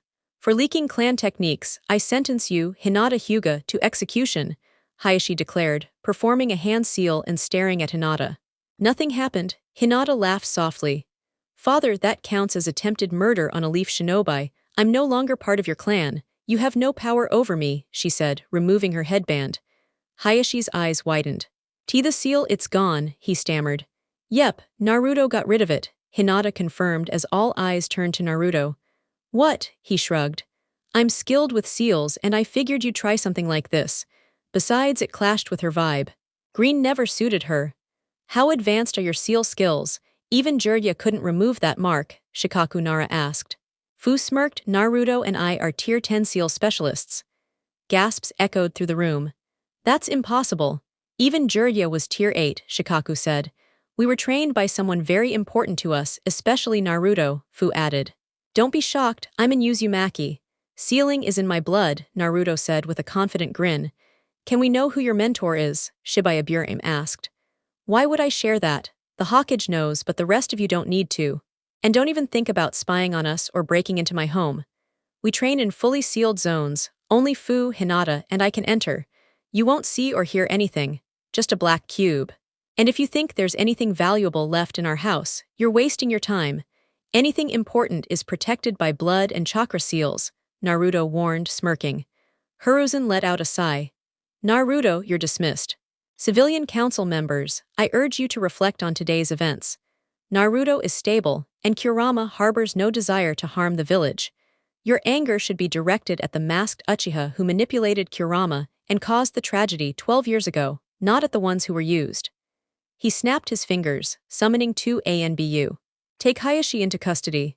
Clan head or not, he attempted to murder a fellow shinobi. That cannot go unpunished. Hayashi scowled but followed the ANBU without protest. After everyone filed out of the council chamber, only Hiruzen remained. With a deep sigh, he muttered, I'm getting far too old for this nonsense. Later that evening in the village holding cells, Hayashi Hyuga sat quietly with his head bowed when familiar footsteps echoed nearby. He glanced up and saw one of the clan elders standing just outside his cell. How did it come to this? The elder asked. Gritting his teeth, Hayashi responded, Hinata taught Naruto Uzumaki the 8 trigrams 64 palms. He executed it flawlessly during the academy's final exams. I tried to use the caged bird seal to punish her, but it failed. Apparently, the Uzumaki boy is proficient with seals and managed to remove it. Now they're accusing me of attempting to harm a Konoha ninja since she's no longer considered part of our clan, which supposedly strips me of any authority over her. The elder narrowed his eyes. I see. The Uzumaki boy, Hinata, and that other girl, Fu, must be dealt with. Permanently. We can't allow them to reveal clan techniques. If they start teaching others outside the clan, it could spell disaster for us. Hayashi gave a grim nod. Later that night at Naruto's house, Naruto, Fu, and Hinata were sound asleep in Naruto's room when 3 intruders silently crept inside. You remember the mission, whispered the first. Yeah, answered the second. Eliminate the demon and his women, no evidence left behind. Then let's get it over with, said the third as they made their way to the bedroom and hovered over the trio. This is too easy, muttered the first as he pulled out 3 kunai and flung them toward the sleeping figures, only for them to vanish in puffs of smoke. The real trio had already taken position behind the would-be assassins. You two handle the girls. I'll finish the demon, ordered one attacker. But it ended quickly. Fu slashed her attacker's throat, and Hinata paralyzed hers with precise strikes. Naruto lunged at his assailant, but before he could land the final blow, a 4th man appeared behind them and threw kunai aimed at the backs of Naruto and the girls' heads. Time slowed in Naruto's mind. He knew he couldn't reach both in time. Then, unexpectedly, his exogen activated, and then began to shift. It changed into something new. His eyes turned black around the edges with gold rings circling them. His irises became golden too, now displaying a white infinity-like symbol with a black slit down the center. Time stopped completely. Everything froze. Naruto didn't waste the opportunity. He snatched the kunai from midair, dropped them to the floor, and finished off both attackers in a flash. Then time resumed as if nothing had happened. What was that? Fu asked, stunned. 1 second we were seconds from death, the next our attackers were gone, added Hinata. That wasn't speed, was it? Naruto shook his head. No. My exogen changed, and I think I just stopped time. Hours later in the Hokage office, 4 trained assassins, any clue who sent them? Hiruzen Sarutobi asked, his voice serious. Naruto sat across from him, still seething. Yes, Naruto answered. Hamashi Hyuga the elder ordered the hit. He sent branch members after us. We killed 3 and captured 1. Fu set defensive seals around the house, and I got the information from the survivor. Afterward, we handed him to interrogation. Hiruzen's face darkened. Hamashi will be executed after the interrogation ends. The Hyuga have gone too far this time. They're terrified we'll expose their so-called secrets, Hinata said, venom in her voice. As if their precious techniques are so sacred. They refuse to evolve or learn anything new, all seeing my ass. You 3 should get to the academy now. It's time for team placements, the old Hokage said as they vanished in a swirl of leaves. Left alone, Hiruzen stared at the mound of paperwork on his desk. Was there always this much? Curse you, Naruto. 1 hour later at the academy, Naruto, Hinata, and Fu were seated at the back of the classroom when Uruka walked in. Morning, everyone, Uruka greeted. Let's skip the small talk and move on to team assignments. Team 1, he continued until he reached Team 6. Team 7, due to an extra graduate this year, this squad will have 4 members. Kiba and Yuzuka, Shino Aburame, Sasuke Uchiha, and Sakura Haruno. Your Jonin will be Kakashi Hadake. Yes, take that, Ino Pig, Sakura shrieked, making the entire class flinch. Uruka scowled. As I was saying, Uruka sighed, Team 8, Naruto Uzumaki, Hinata Hyuga, and Fu. Your instructor will be Kurenai Yuhai. The trio shared a smirk. This was going to be fun. Team 9 is already active, so we'll skip to Team 10. Ino Yamanaka, Shikamaru Nara, and Choji Akimichi. Your Jonin will be Asuma Sarutobi. Please wait here until your instructors arrive. 5 minutes later. A cigarette-smoking man and a bandaged Kunoichi entered. Team 10, you're with me, the man said, motioning his students out. Team 8, come with me, said the woman. Naruto, Fu, and Hinata followed her. At Training Ground 8. The group settled near a fallen tree while Kurenai stood before them. Let's start with introductions, she said. I'm Kurenai Yuhai. I enjoy gardening and honing my genjutsu. I dislike people who dismiss genjutsu, perverts, and anyone who claims women are weak. My goal is to prove genjutsu's value and that women can be just as strong. Hinata stepped forward. I'm Hinata. I like Naruto, Fu, training, and poisons. I dislike the Hyuga clan, arrogant people, and villagers who hate Naruto. My dream is to become a powerful Kunoichi and start a family. Your turn, Fu, Kurenai said. My name's Fu. I'm the Jinchuriki of the 7 tails. I like Naruto, Hinata, training, flying, and the tailed beasts. I hate perverts, Naruto haters, and pompous clans like the Hyuga and Uchiha. My dream is for the Biju to be treated as intelligent beings, not monsters. Kurenai was clearly shocked. I'm Naruto Uzumaki, host of the 9 Tails, Naruto began. I like Hinata, Fu, ramen, the Biju, and training. I hate people who fear what they don't understand, especially those who misuse power or see the tailed beasts as tools. My dream is to change how the world sees the Biju and prevent a great disaster.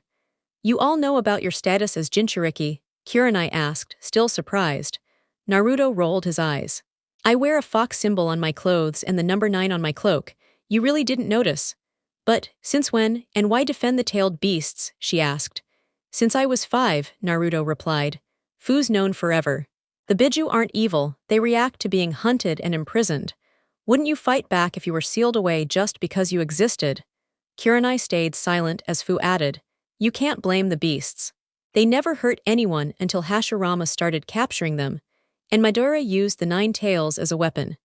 Kurenai frowned when she heard the harsh words about the first Hokage but asked, Then how do you explain the Kyubai's attack on the village 12 years ago? Kurama never intended to attack the village. On the night Naruto was born, a masked figure with Sharingan appeared and kidnapped him.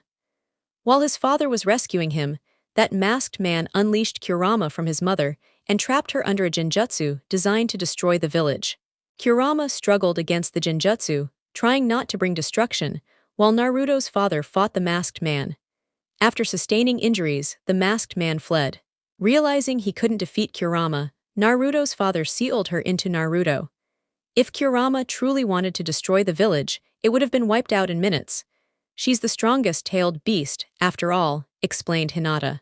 So you're telling me the Kyubai actually has a name, it didn't want to attack the village, was under a genjutsu from a masked Sharingan user, and tried to hold back. Also, Kurama is female, Naruto's mother was the former Jinchuriki and Naruto's father was the 4th Hokage, Kurenai questioned. Yeah, basically, Hinata replied. Sensei, Kurenai-sensei. I think you knocked her out, Hinata, Naruto said, seeing Kurenai lying unconscious on the ground. Hinata giggled nervously. Hee, let's wait for her to wake up. 10 minutes later Kurenai stirred awake. Hey Hinata, I just had the wildest dream. You said the 4th was Naruto's dad, the Kyubai is a girl, and a bunch of other crazy things. Sensei, that wasn't a dream. Wait. Don't pass out again, Hinata said, shaking her gently. Okay, I'm good, but who told you all this? Kurenai asked. Kurama and my dad, Naruto replied. Oh, okay, wait, what? The 4th is dead, Kurenai exclaimed. Yeah, he is. but he persuaded the Shinigami to seal half of his chakra and his soul inside me so I could communicate with him and Kurama, Naruto explained. Kurenai stared blankly for a moment before nodding. Why exactly are you sharing all this? You know you're not officially on my team yet. You might be sent back to the academy, right? We're going to pass the real Genin exam. Besides, Hinata said we can trust you, and if we kept secrets, we wouldn't work well as a team, Fu said. Kurenai nodded. Now that introductions are out of the way, meet me here tomorrow at 10 a.m. for your Genin test. Everyone nodded and left. The next day, training ground 8, 10 a.m. Naruto, Fu, and Hinata faced Kurenai. So, what exactly do we need to do to pass this test? Naruto asked. Simple, you just have to land a single hit on me. Anything goes, but come at me with lethal intent, Kurenai replied. Fu smirked. Already underestimating us, sensei. Are you sure you want us to attack with intent to kill? Yes. Without that intent, you won't pass, Kurenai said firmly. Naruto chuckled and whispered something to the others, who nodded, while Kurenai looked puzzled. Begin, she ordered. She expected them to be cautious like typical ninjas, but instead, Fu vanished from her front and appeared behind, aiming to sweep her legs. Luckily, Kurenai noticed and leapt up. Immediately, Hinata struck her with 2 paralyzing senbon as Naruto appeared below and kicked her into the air. Fu then drop-kicked her down to the ground. Hinata walked beside the dazed Kurenai and withdrew the senbon, while Kurenai wondered what just happened. She formed a hand seal and said, "Release," but nothing occurred. Slowly rising, shaking her head, she asked, "So did we pass, Kurenai-sensei?" Naruto grinned as Kurenai could only nod. "How?" she asked, and Fu replied, "We trained." "What exactly did you whisper to them, Naruto?" Kurenai asked. Naruto smirked. "I told them not to come with lethal intent and to keep their resistance seals active." Kurenai's eyes went wide. "Why, you mean you were wearing resistance seals this whole time?" "Yep," Hinata confirmed. "What level seals?" Kurenai questioned. "Level 5, Hinata answered. "What? That's insane. Moving with that much resistance is tougher than wading through thick mud. No genin could move that fast with those seals, except maybe Might Guy. And that's because he's a Jounin and Taijutsu specialist with crazy training." "Where did you even get them?" Kurenai asked, shocked. "My dad taught me how to make them," Naruto said. "Of course he did," Kurenai muttered. "By the way, how did you manage such perfect teamwork without planning it?" she asked. "Sensei, we've lived together and trained under Naruto's dad, Kurama and Chomai, the 7 tails since we were 7. We can read each other's minds without looking," Hinata explained. Kurenai nodded. "Wait, you've been living together?" Yes," Hinata replied. "Why, and how did no one know? The academy reports say Naruto was the loudmouth dead last, Hinata's shy, and Fu was an emo. Why hide your skills?" Kurenai pressed. "Well, Kurenai-sensei, the villagers and civilian council hate me and would do anything to make my life miserable. If we hadn't hidden our connection," Naruto started but was cut off. "Wait, you're in a relationship. With Hinata or Fu?" Kurenai asked. "Both," Naruto answered. "What, you pervert? Why would you accept both? Did he force you?" Kurenai snapped.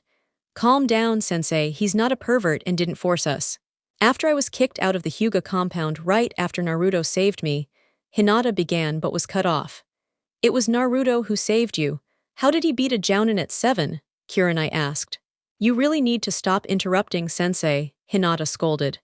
"Sorry," Kurenai said. "As I was saying, the next day I was branded with the Kage bird seal and exiled from the Hyuga clan. I was crying alone when Naruto and Fu found me and comforted me. They asked me to live with them since I had nowhere else. And yes, before you ask, Fu started living with Naruto when she arrived from Taki. Both of them had rough lives and could relate as Jinchurikis. So I accepted and confessed my feelings to Naruto. Surprisingly, he liked me back but was already with Fu.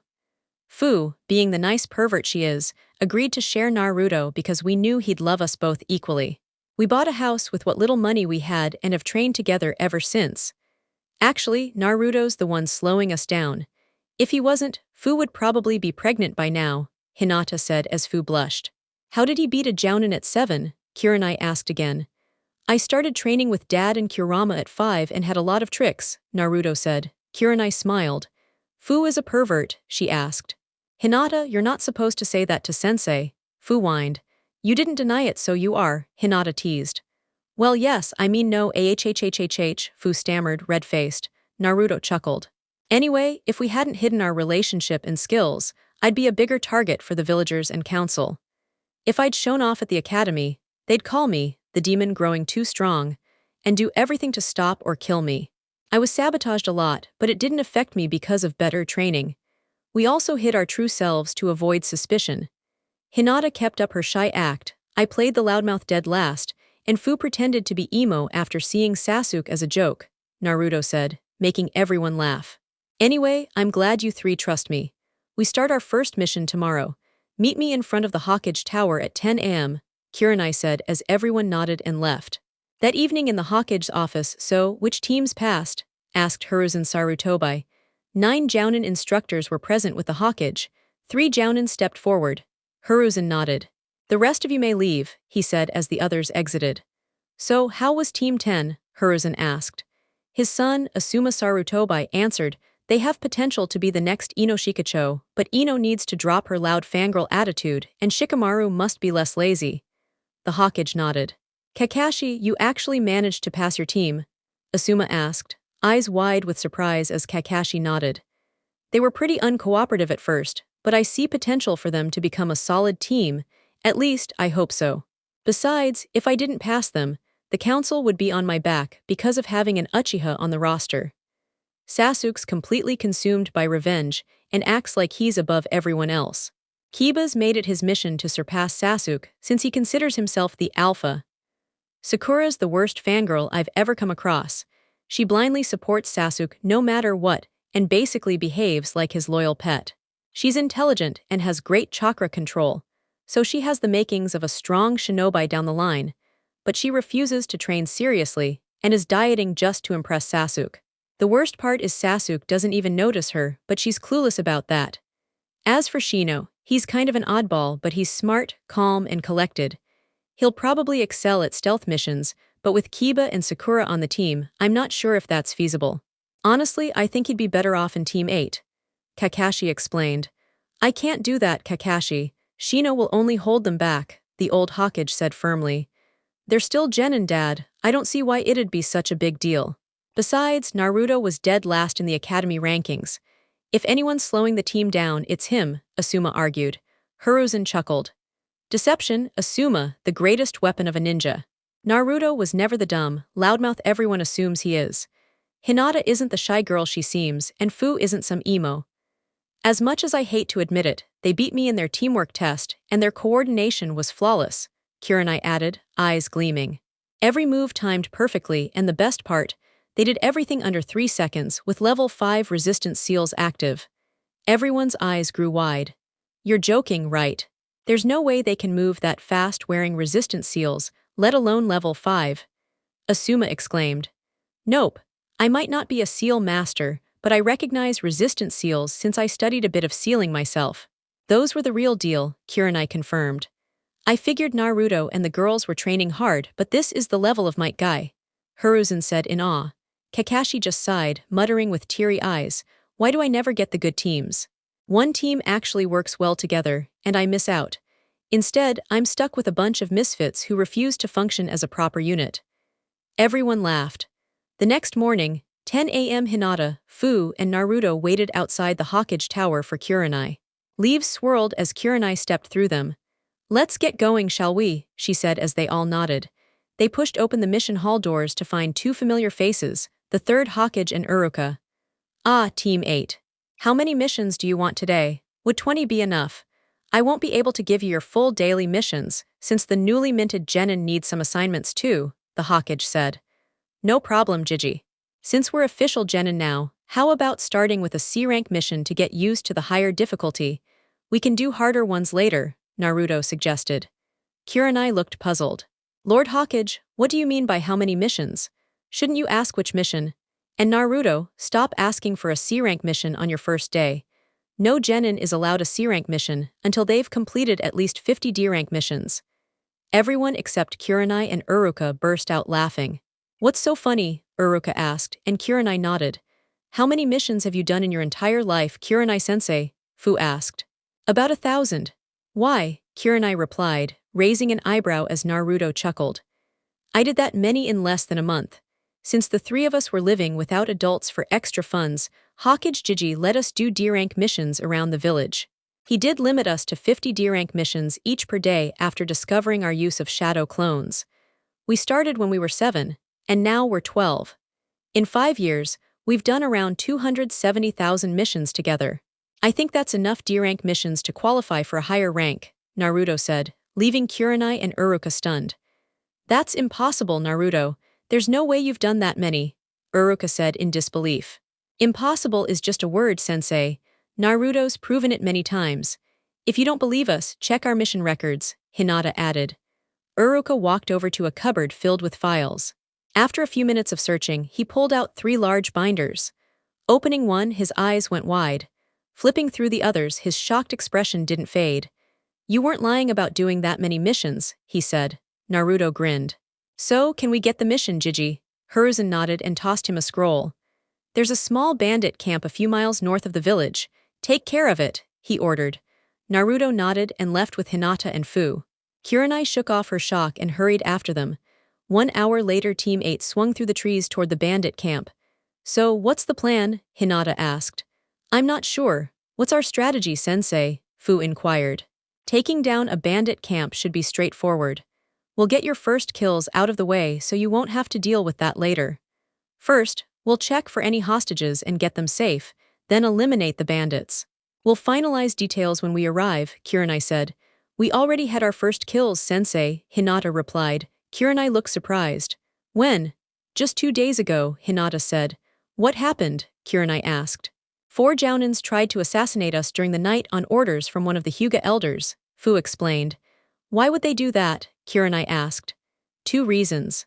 1, they found out I removed Hinata's bird cage seal, Naruto said.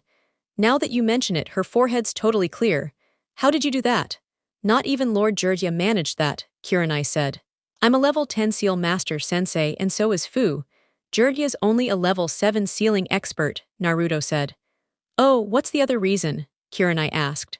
My idiot boyfriend used the 8 trigrams 64 palms, which I taught him, on our traitorous sensei during the academy test. Hinata rolled her eyes. Hey, I wasn't ready to show off yet, Naruto said. Still, Naruto, that's part of why you almost died, Kurenai said. Don't worry, sensei, we've set some nasty seals all around the house now. Let's just say no one's getting in again, Naruto said with a chilling grin that sent shivers down Kurenai's spine. What kind of nasty traps? Kurenai asked, wary. 5 types: poison, fire, electricity, some really bright, colorful paint that's hard to wash off, and glue, Fu said, making Kurenai's face go pale. I hope no one ever tries to break in there, she thought silently, praying for the poor soul who might suffer that fate. 5 minutes later, Team 8 halted roughly 100 meters from the camp. First, we take down the patrol guards, then I'll sneak inside to see if there are any captives. If there are, I'll tap my foot twice. When you see that, I want you to set off 2 small explosions on opposite sides of the camp to distract the bandits while I free the prisoners. After that, we eliminate the bandits. Since they'll be scattered, it should be easy, Kurenai explained. Don't you think there's a simpler, easier way? Naruto asked. Kurenai raised an eyebrow. Naruto nodded at Fu, who made hand signs and shouted, summoning jutsu. Slamming her palm on the ground, a small puff of smoke appeared, revealing a tiny black sparrow. Hey Yanu, can you scout the bandit camp about 100 meters north and check for prisoners? Fu said as the bird nodded and flew off. Kurenai looked surprised. I didn't realize you had a summoning contract, Fu. Actually, I didn't even know a sparrow contract existed, she said. That's because it doesn't, Fu replied. Then how did you summon the sparrow? Kurenai asked. I have the absolute bird summoning contract, Fu answered. Never heard of that, Kurenai said. I wouldn't expect you to, Fu replied as Kurenai raised her eyebrow again. There are many summoning contracts in this world, but only a few are well known, like toads, slugs, and snakes. Some are rare or completely unknown. There are 7 strongest ones, called the legendary contracts. The absolute bird contract, which summons any kind of bird. The absolute marine contract, which summons sea creatures. The snow tiger contract, the Pegasus contract, the demonic fox contract, the phoenix contract, and the dragon contract, Naruto explained. Kurenai was intrigued but nodded. How did you get this contract and how do you know all this? She asked. Naruto grinned. That's for us to know and for you to figure out. Kurenai frowned but accepted the answer. A few minutes later, the sparrow returned to the team and shook its head. No prisoners. Great, that simplifies things. Now we just create a distraction and pick off the bandits one by one, Kurenai said. Or we could just blow this place to Kingdom Come, Naruto suggested. Kurenai raised an eyebrow. I don't have a paper bomb that powerful, and I'm not a ninjutsu expert, she replied. Relax, Kurenai-sensei. We're all ninjutsu specialists, especially Naruto, Hinata said, glancing at Naruto, who grinned like a madman. You realize you'd need a wide-range S-rank jutsu for that, right?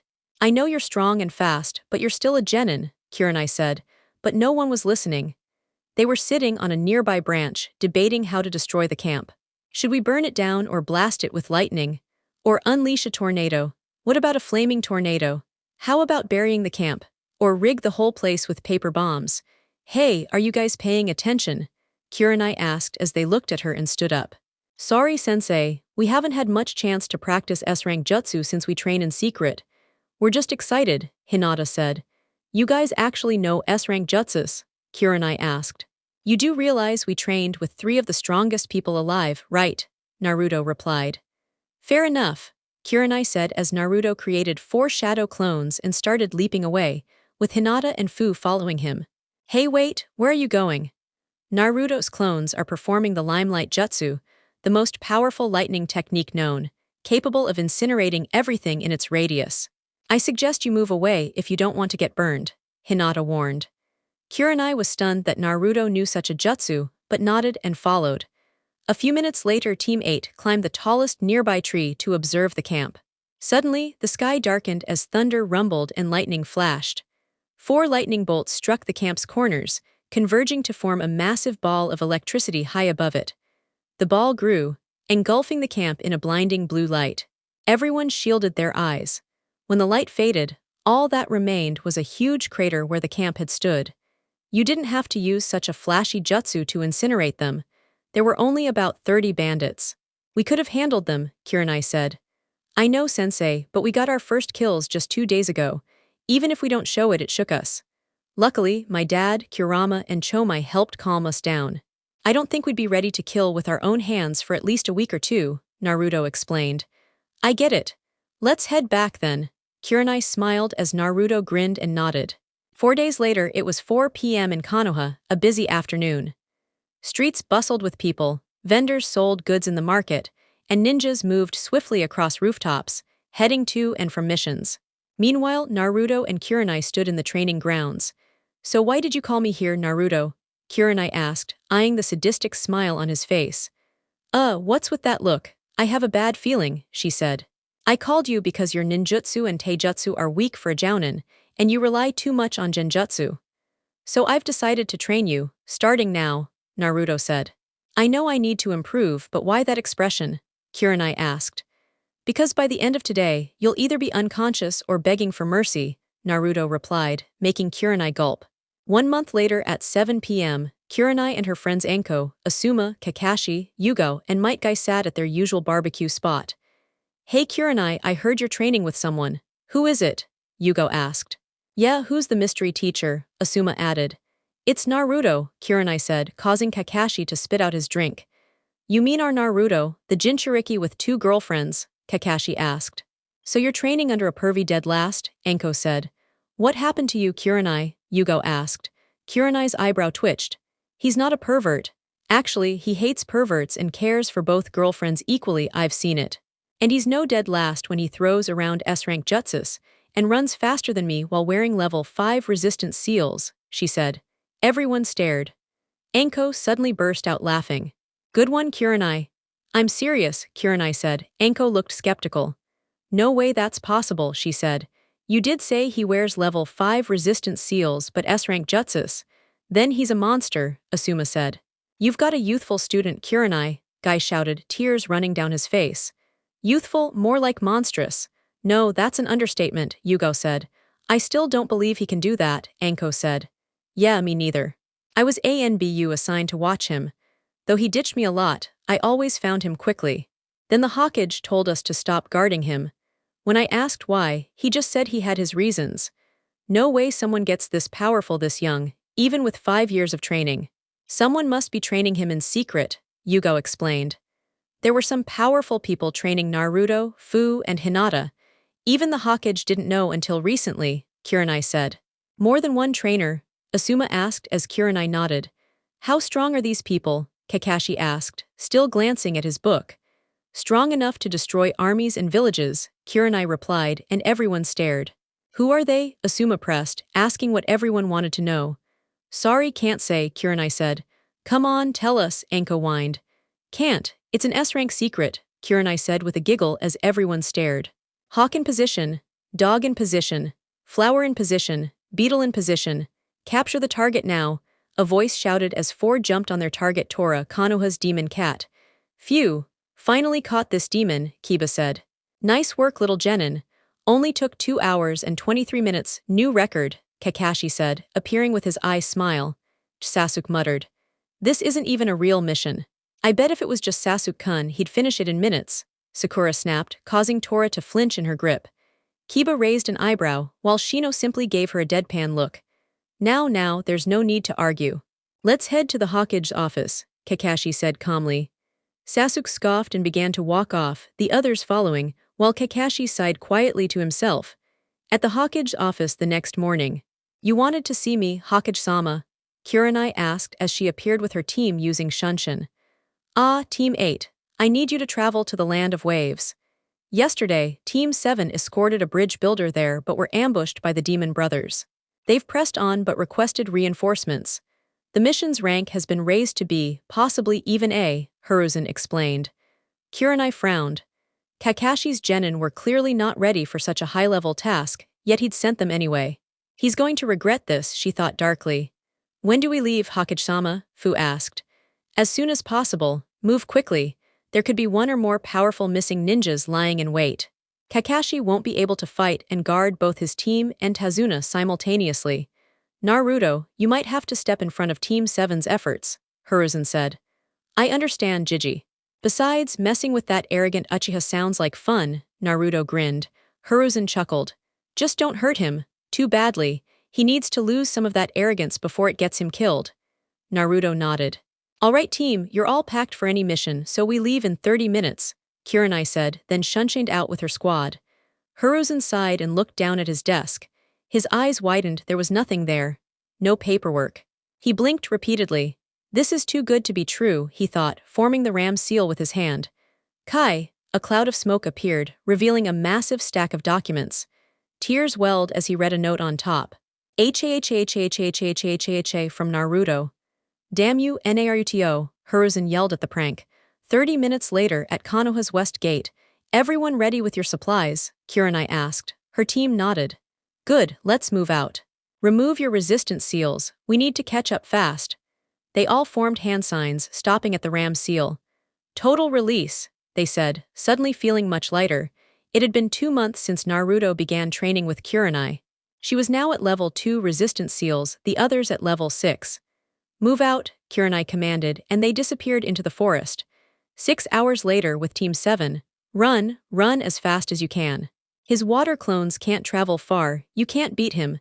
Take Tazuna and get out of here, Kakashi shouted, trapped inside a water prison. Sakura and Tazuna looked terrified while Shino and Kiba were tense. Sasuke scoffed. No matter who you are, I'm an Uchiha. Elite, you're no match for me, he said, charging at a Zabuza water clone with a kunai. As Sasuke reached the clone, Zabuza kicked his hand, forcing the kunai into Sasuke's right eye. He screamed in pain. Zabuza slashed across his chest, then kicked him hard, sending him flying back. Raising his sword high, Zabuza leapt to deliver the final strike, but then a voice cried out. Lightning style. Lightning beam. A yellow bolt shot from above the trees, vaporizing the clone. Where it had been, Team 8 appeared in a gust of wind, Naruto's hands crackling with electricity. What kind of trouble have you gotten into, Big Brother Kakashi? Naruto smirked. Previously on Legend. Run as fast as you can. His water clones can't move far away from here. You can't beat him. Take Tazuna and run, Kakashi yelled, trapped in a water prison. Sakura and Tazuna were frightened, Shino and Kiba uneasy. Sasuke sneered, I am an Uchiha. Elite, you are no match. Charging at a Zabuza clone with kunai in hand, he was caught off guard as Zabuza kicked his hand, embedding the kunai in his eye. Sasuke screamed, was slashed across the chest, and kicked away. Zabuza raised his sword to finish him, but Naruto's lightning beam destroyed the clone. Team 8 appeared, wind blowing, Naruto's hands smoking. "What mess have you gotten yourself into, Kakashi?" Naruto grinned. Now everyone stared at Team 7. Did he just say Big Brother Kakashi? Kiba wondered. "Since we've made our grand entrance, Hinata, heal their wounds." Fu set up a protective barrier. "Sensei, can we just leave the Uchiha to die?" Naruto asked. "Nope," Kurenai replied, while Sakura glared daggers at Naruto. Naruto sighed. "Fine, then can you distract Zabuza for a while?" he requested. "Got it," Kurenai answered as the girls took their positions. Naruto formed hand seals, slammed his palm on the ground, and called out, "Summoning Jutsu!" A puff of smoke appeared, revealing a navy blue two-tailed fox reaching Naruto's waist. "What is it, Naruto-sama?" the fox asked. "Kumaro, heal that foolish Uchiha over there, keep him alive, but don't heal him fully," Naruto ordered, pointing at the wounded Sasuke. The fox nodded and raised its glowing green tails, slowly closing Sasuke's wounds and stopping the bleeding. "Why are you bossing your team around, Naruto Baka? Isn't that your sensei's role? And what's that creature doing to Sasuke-kun?" Sakura shouted. "What happens in my team is none of your business. Kumaro is saving your precious Uchiha. You don't want him dying from blood loss, right?" Naruto retorted, raising an eyebrow.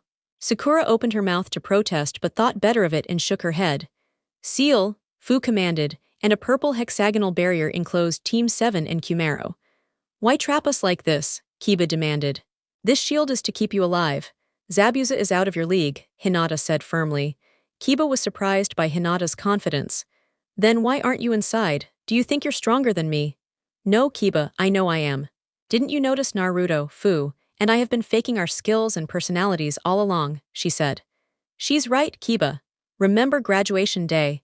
Naruto humiliated Sasuke and beat a Chunin effortlessly. Team 8 were Rookie and Kunoichi of the Year. They've been hiding their true strength," Shino added. Kiba frowned, recalling that day. Though reluctant, he had to admit Shino was correct. "You can't be strong enough to face Zabuza. Not even Sasuke can," Sakura argued. "Am I?" Hinata smirked, then shunshin to Fu. "Hey Kurenai-sensei, you can drop the Genjutsu on Zabuza and hide the others now," Naruto said. Kurenai nodded, dispelling the Genjutsu trapping Zabuza. Zabuza blinked, then realized, "Damn, that woman trapped me in a Genjutsu. She's good weight."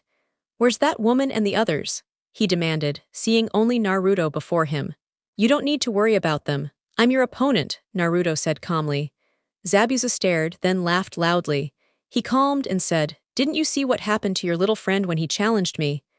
"I did, but I'm not as weak," Naruto replied. "It won't matter, I'll cut you down since I can't find the others."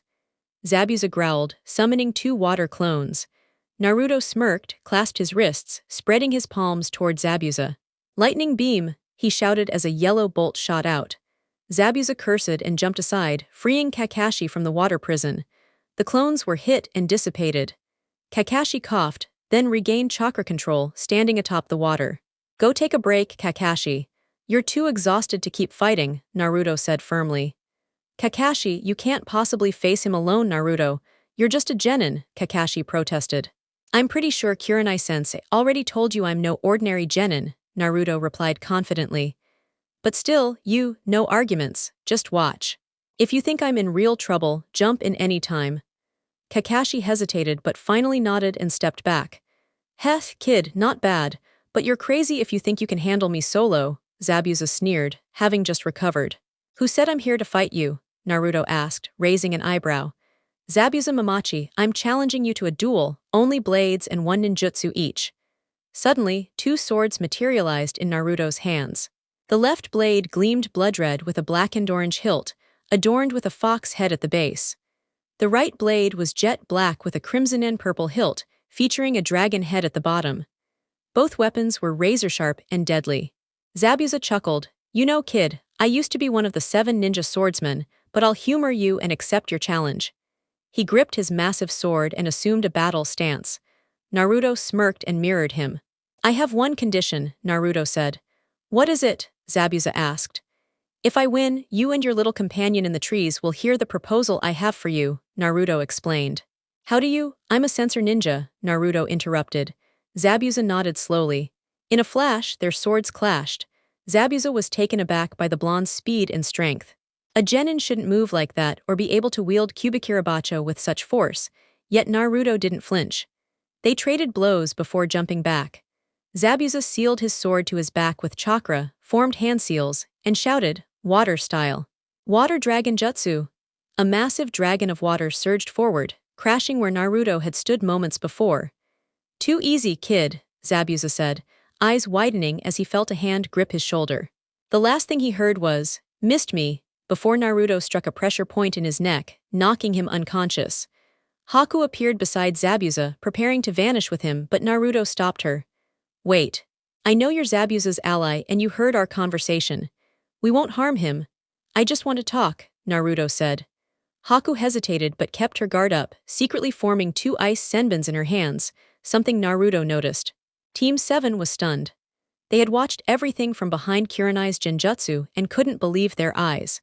Naruto had defeated Zabuza with ease. Fu lowered the barrier as Kurenai released the genjutsu, and everyone rushed to Naruto, everyone except Sasuke, who limped over with a bandaged eye and chest. He had just woken up as the fight began and was fuming after seeing how Naruto bested Zabuza, and how he got those cool swords. He was an Uchiha. He should have been the one with that skill and gear. Kurenai wasn't exaggerating when she said this kid's strong, Kakashi said. Kurenai chuckled while Naruto said, "You shouldn't be surprised, Kakashi, considering who I am and where I come from." Kakashi froze, while the other genin looked confused. "What do you mean?" Kakashi asked, narrowing his eyes. "Don't play innocent. Yellow speed, red rage, crimson destruction. Sound familiar?" Naruto said. The genin looked even more puzzled, but Kakashi's eyes widened with understanding. "How do you know that?" he asked. Naruto chuckled. "I'll explain later. Right now there are bigger things to worry about." Kakashi nodded. Zabuza groaned awake, putting everyone on alert. "What happened?" he asked, blinking and seeing Haku and the Konoha ninjas before him. "I beat you, that's what," Naruto said with a grin. Zabuza was shocked. A genin defeated him. He sighed and stood. "All right then. Tell me about this offer you mentioned." "You know Gato, right? Rich but stingy," Naruto said. "Yeah, so. He'd likely wait for another fight to exploit our exhaustion and attack with thugs. Why waste money on a pricey missing nin when he can hire many thugs cheaper? I say you leave Gato, who will probably betray you, and join us. Together, we can take Gato down, claim his wealth, and save the land of waves. You could also get your money and stop running for your life." "What do you mean?" "I mean, after this mission, you can come to Konoha. I know you're not truly bad, just a missing nin because you tried to kill the Mizukage after she began a bloodline purge. I'm sure the old Hokage will welcome you and your friend." Zabuza was speechless. The kid had just offered him a new life. "And how do I know you're not lying?" he asked. "Because I have no reason to. If I wanted you dead, I would have done it already." "You know I could have," Naruto said. Zabuza thought for a moment and nodded. "Wait, you can't just offer an enemy a place in our village," Kiba protested. "He's right, Naruto," Kakashi added. "Would you rather keep him as an enemy, someone who can become a strong ally with a good heart?" Naruto asked. "Good heart? He's called the Demon of the Mist for a reason," Kurenai said. "He's not the kid who massacred during the graduation exam anymore. He's changed, he even considers this girl his daughter," Naruto said. "I'm a boy," Haku corrected. "And I only see her as a tool," Zabuza added. "Who are you kidding? I can sense chakra, both conscious and hidden emotions. You're not a heartless killer, Zabuza," Naruto said, then turned to Haku. "And I know you're a girl, I can feel the chakra seals hiding your features." Zabuza and Haku looked surprised. Zabuza sighed. "You're right, I do see you as my daughter, Haku," he admitted. Tears filled Haku's eyes. Someone cleared their throat. Everyone turned away from the touching scene toward Kurenai. "Not to spoil the moment, but we're in the middle of a forest," she said. Naruto sheepishly scratched his head.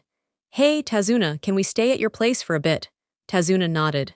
"It's not far, I'm sure I have enough rooms for all of you." Naruto smiled. "Great. Someone catch me, I used too much chakra trying to survive in the water prison." Kakashi pulled his headband over his Sharingan and collapsed. A Naruto clone appeared and caught him before he hit the ground. "All right, what are we waiting for? Let's move." The next morning, Kakashi woke up in a bed. "Where am I? Oh right, Tazuna's house," he thought. He slowly got up but nearly fell. "Looks like I'm not fully healed," he mused, then opened his door and descended to find Team 7, Team 8, Zabuza, Haku, Tazuna, and a new woman gathered around a large table eating breakfast. Seeing Zabuza, Kakashi immediately tensed but relaxed, remembering they were now allies. "It's not every day you see your comrades and your client having breakfast with a missing nin," Kakashi said, drawing everyone's attention. "Oi, Kakashi. You're looking better. Come join us," Naruto invited with a grin as Kakashi sat beside Zabuza. "How are you feeling, Sasuke?" Kakashi asked, noticing the Uchiha was quieter than usual, lacking his usual arrogant smirk. Bandages covered his chest, and a dark blue eye patch shielded his right eye. "Useless, I need more power. I need to kill him," Sasuke said, anger burning in his eyes. "How about this? Since Zabuza and I need full recovery, we'll train you all for a few days before taking down Gato," Kakashi proposed. Sasuke's face lit up as he nodded. "I'm in," Kiba said. "Me too," Fu added. Shino and Naruto nodded as well. "Are we really joining them, father?" Haku asked. Zabuza and Haku had talked through their past, no longer seeing each other as master and tool but as father and daughter, though it would take time to adjust. "Got nothing else to do, so why not?" Zabuza replied. "Then it's settled. We'll start training in the forest in an hour," Kurenai said. Everyone agreed. 1 hour later in the forest. "What are we learning today, sensei?" Sakura asked. "Tree walking," Kakashi replied. "Silence, complete silence." "What?" Team 8 and the father-daughter duo yelled in unison, making Kakashi sweat nervously. "You mean you still haven't taught them tree walking after 2 months?" Kurenai asked. "What exactly have you been teaching?" Zabuza asked, curious. Teamwork exercises," Kakashi replied, as silence fell again. "You're hopeless," Naruto said, shaking his head. "Hey, show some respect to Kakashi-sensei, you idiot," Sakura yelled. "For starters, he's not my sensei. Second, I do respect him. And third, I don't have to be all formal with my brother, do I?" Naruto replied. "He's not your brother, Dobi," Sasuke retorted. "Not by blood, no. But Naruto's the closest thing I have to a brother," Kakashi said, surprising his genin. "Anyway, why do we have to learn tree climbing? We already know how to do that," Kiba questioned. "Kakashi-sensei said tree walking, Kiba, not climbing," Shino corrected. "That's right, Shino. I did say tree walking," Kakashi affirmed as he stepped onto a tree trunk and began literally walking up it, defying gravity and leaving his students stunned once more. "This should be impossible," Sakura exclaimed. "And breathing fire from your mouth isn't," Naruto replied sarcastically. "But how does this help me get stronger?" Sasuke asked. "In this exercise, you stick to the tree by focusing chakra into the soles of your feet. Too much pressure and the bark breaks, sending you falling. Too little and you slip off. The feet are the hardest part to control chakra in, so once you master this, running up and down the tree 10 times straight, your chakra control will improve dramatically, making your jutsu more efficient and powerful," Kakashi explained. Sasuke seemed satisfied and nodded. Kakashi continued, "I suggest trying to run up the tree as high as you can. Use your kunai to mark your progress, then try to beat it next time." Team 7 began their attempts at running up the tree, while Kakashi came back down. "So what's next?" Fu asked. "How about a free-for-all fight between us all?" Hinata suggested. Guys, I want to test something. You can go ahead and spar without me. I'll be back for dinner at Tazuna's place." "Haku, want to come with me?" Naruto said. "Sure," Haku replied, and they both jumped away as the others began their battle. In a clearing, 5 minutes later, Naruto and Haku faced each other away from the others' training spot. "So, what do you have in mind, Naruto?" Haku asked. Naruto's expression grew serious. "Haku, I'm about to share a secret with you and want to try something, but you have to promise you won't tell anyone. Not even Zabuza." Haku hesitated briefly before nodding. "I promise." Naruto sighed and activated his exogen. Haku gasped. "Yeah, I have a dijutsu. It's called the exogen or angel eyes. It's like the Uchiha's, Sharingan, but much stronger. It has the same abilities plus far greater visual prowess. I'm telling you this because I think my eyes can copy not just Nin, Ken, Gen, and Taijutsu, but also Keke Genkai." Haku was stunned. "How? I don't know if it'll work, but if you perform a Hayaten Jutsu, with your permission, I'd like to try copying it. I know you have ice release since I saw you make an ice senbon. I can create ice senbon too using wind and water chakra, but without the bloodline, it's really difficult," Naruto explained, forming an ice senbon in his hand that faded away after a few seconds. After thinking, Haku nodded. This way, even if something happens to her, the Hayaten bloodline wouldn't die out. She performed hand signs and said, "Ice release, ice clone technique," creating a perfect ice duplicate of herself. For Naruto, it all happened slowly as he observed how Haku molded her chakra to form the clone. He whispered, "Copy," as his exogen spun faster and faster until the Tamo blurred. His body glowed faintly blue and inside, his chakra adapted to ice release. He stopped the spinning and performed hand signs. Ice release, ice clone technique. An ice clone of Naruto appeared. Naruto grinned. "I can't believe it actually worked. This is amazing," he shouted while Haku smiled softly. "Your clone's good but not perfect. You need practice," she said. "Then let's start training, shall we?" Naruto said, both of them smiling. Time skip. At Tazuna's house, 8 p.m. Naruto and Haku entered to find everyone seated at the dinner table. Zabuza was chatting with Kurenai and Tazuna, eating, while Kakashi was giggling, eating, and reading some adult material simultaneously. Shino ate quietly. Sasuke and Kiba stuffed themselves eagerly, and Sakura just stared at Sasuke adoringly. Hinata and Fu chatted, while Tsunami was busy cooking. "Hey guys, who won the free-for-all?" Naruto asked as he sat beside Fu. "It was a tie between Hinata and Fu," Kurenai answered. Zabuza snorted, "Only because Kakashi and I aren't fully healed yet." No one paid attention. "So Naruto, what were you doing with my daughter?" Zabuza asked sharply. "Oh, nothing much, just this and that," Naruto said with a smirk as Zabuza glared. "What were you really doing, brat?" Zabuza pressed. "Training. Working on something new that I couldn't do without Haku's ice release," Naruto answered. Zabuza eyed him suspiciously for a moment, then looked away. Naruto chuckled and started eating. Suddenly, a little boy ran down the stairs, asking, "Why are you ninjas still here?" "To protect your grandpa while he builds the bridge," Hinata replied. "What's the point? Gato's army will kill you all.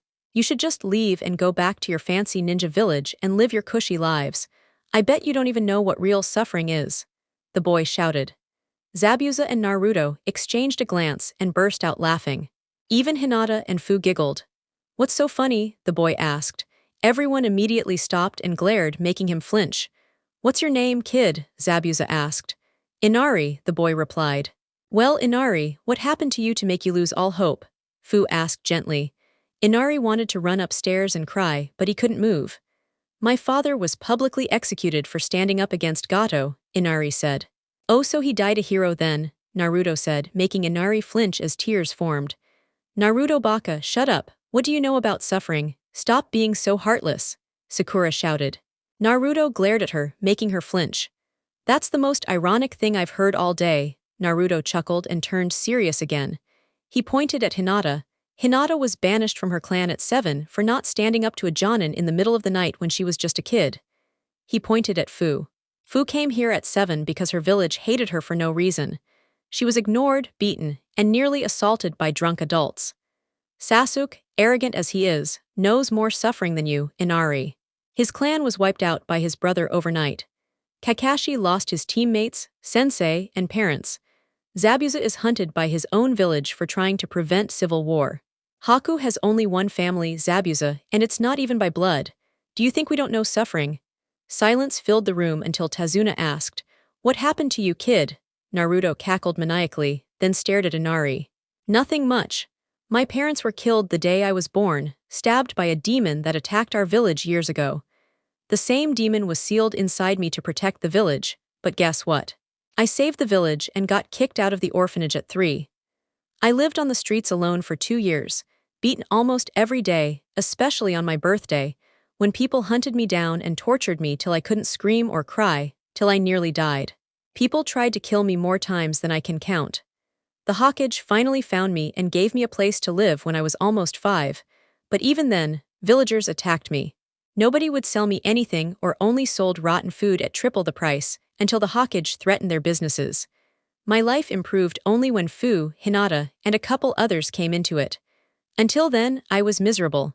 But now, I'm all good. No offense to you, Kurama, Naruto thought. None taken, Kurama replied mentally.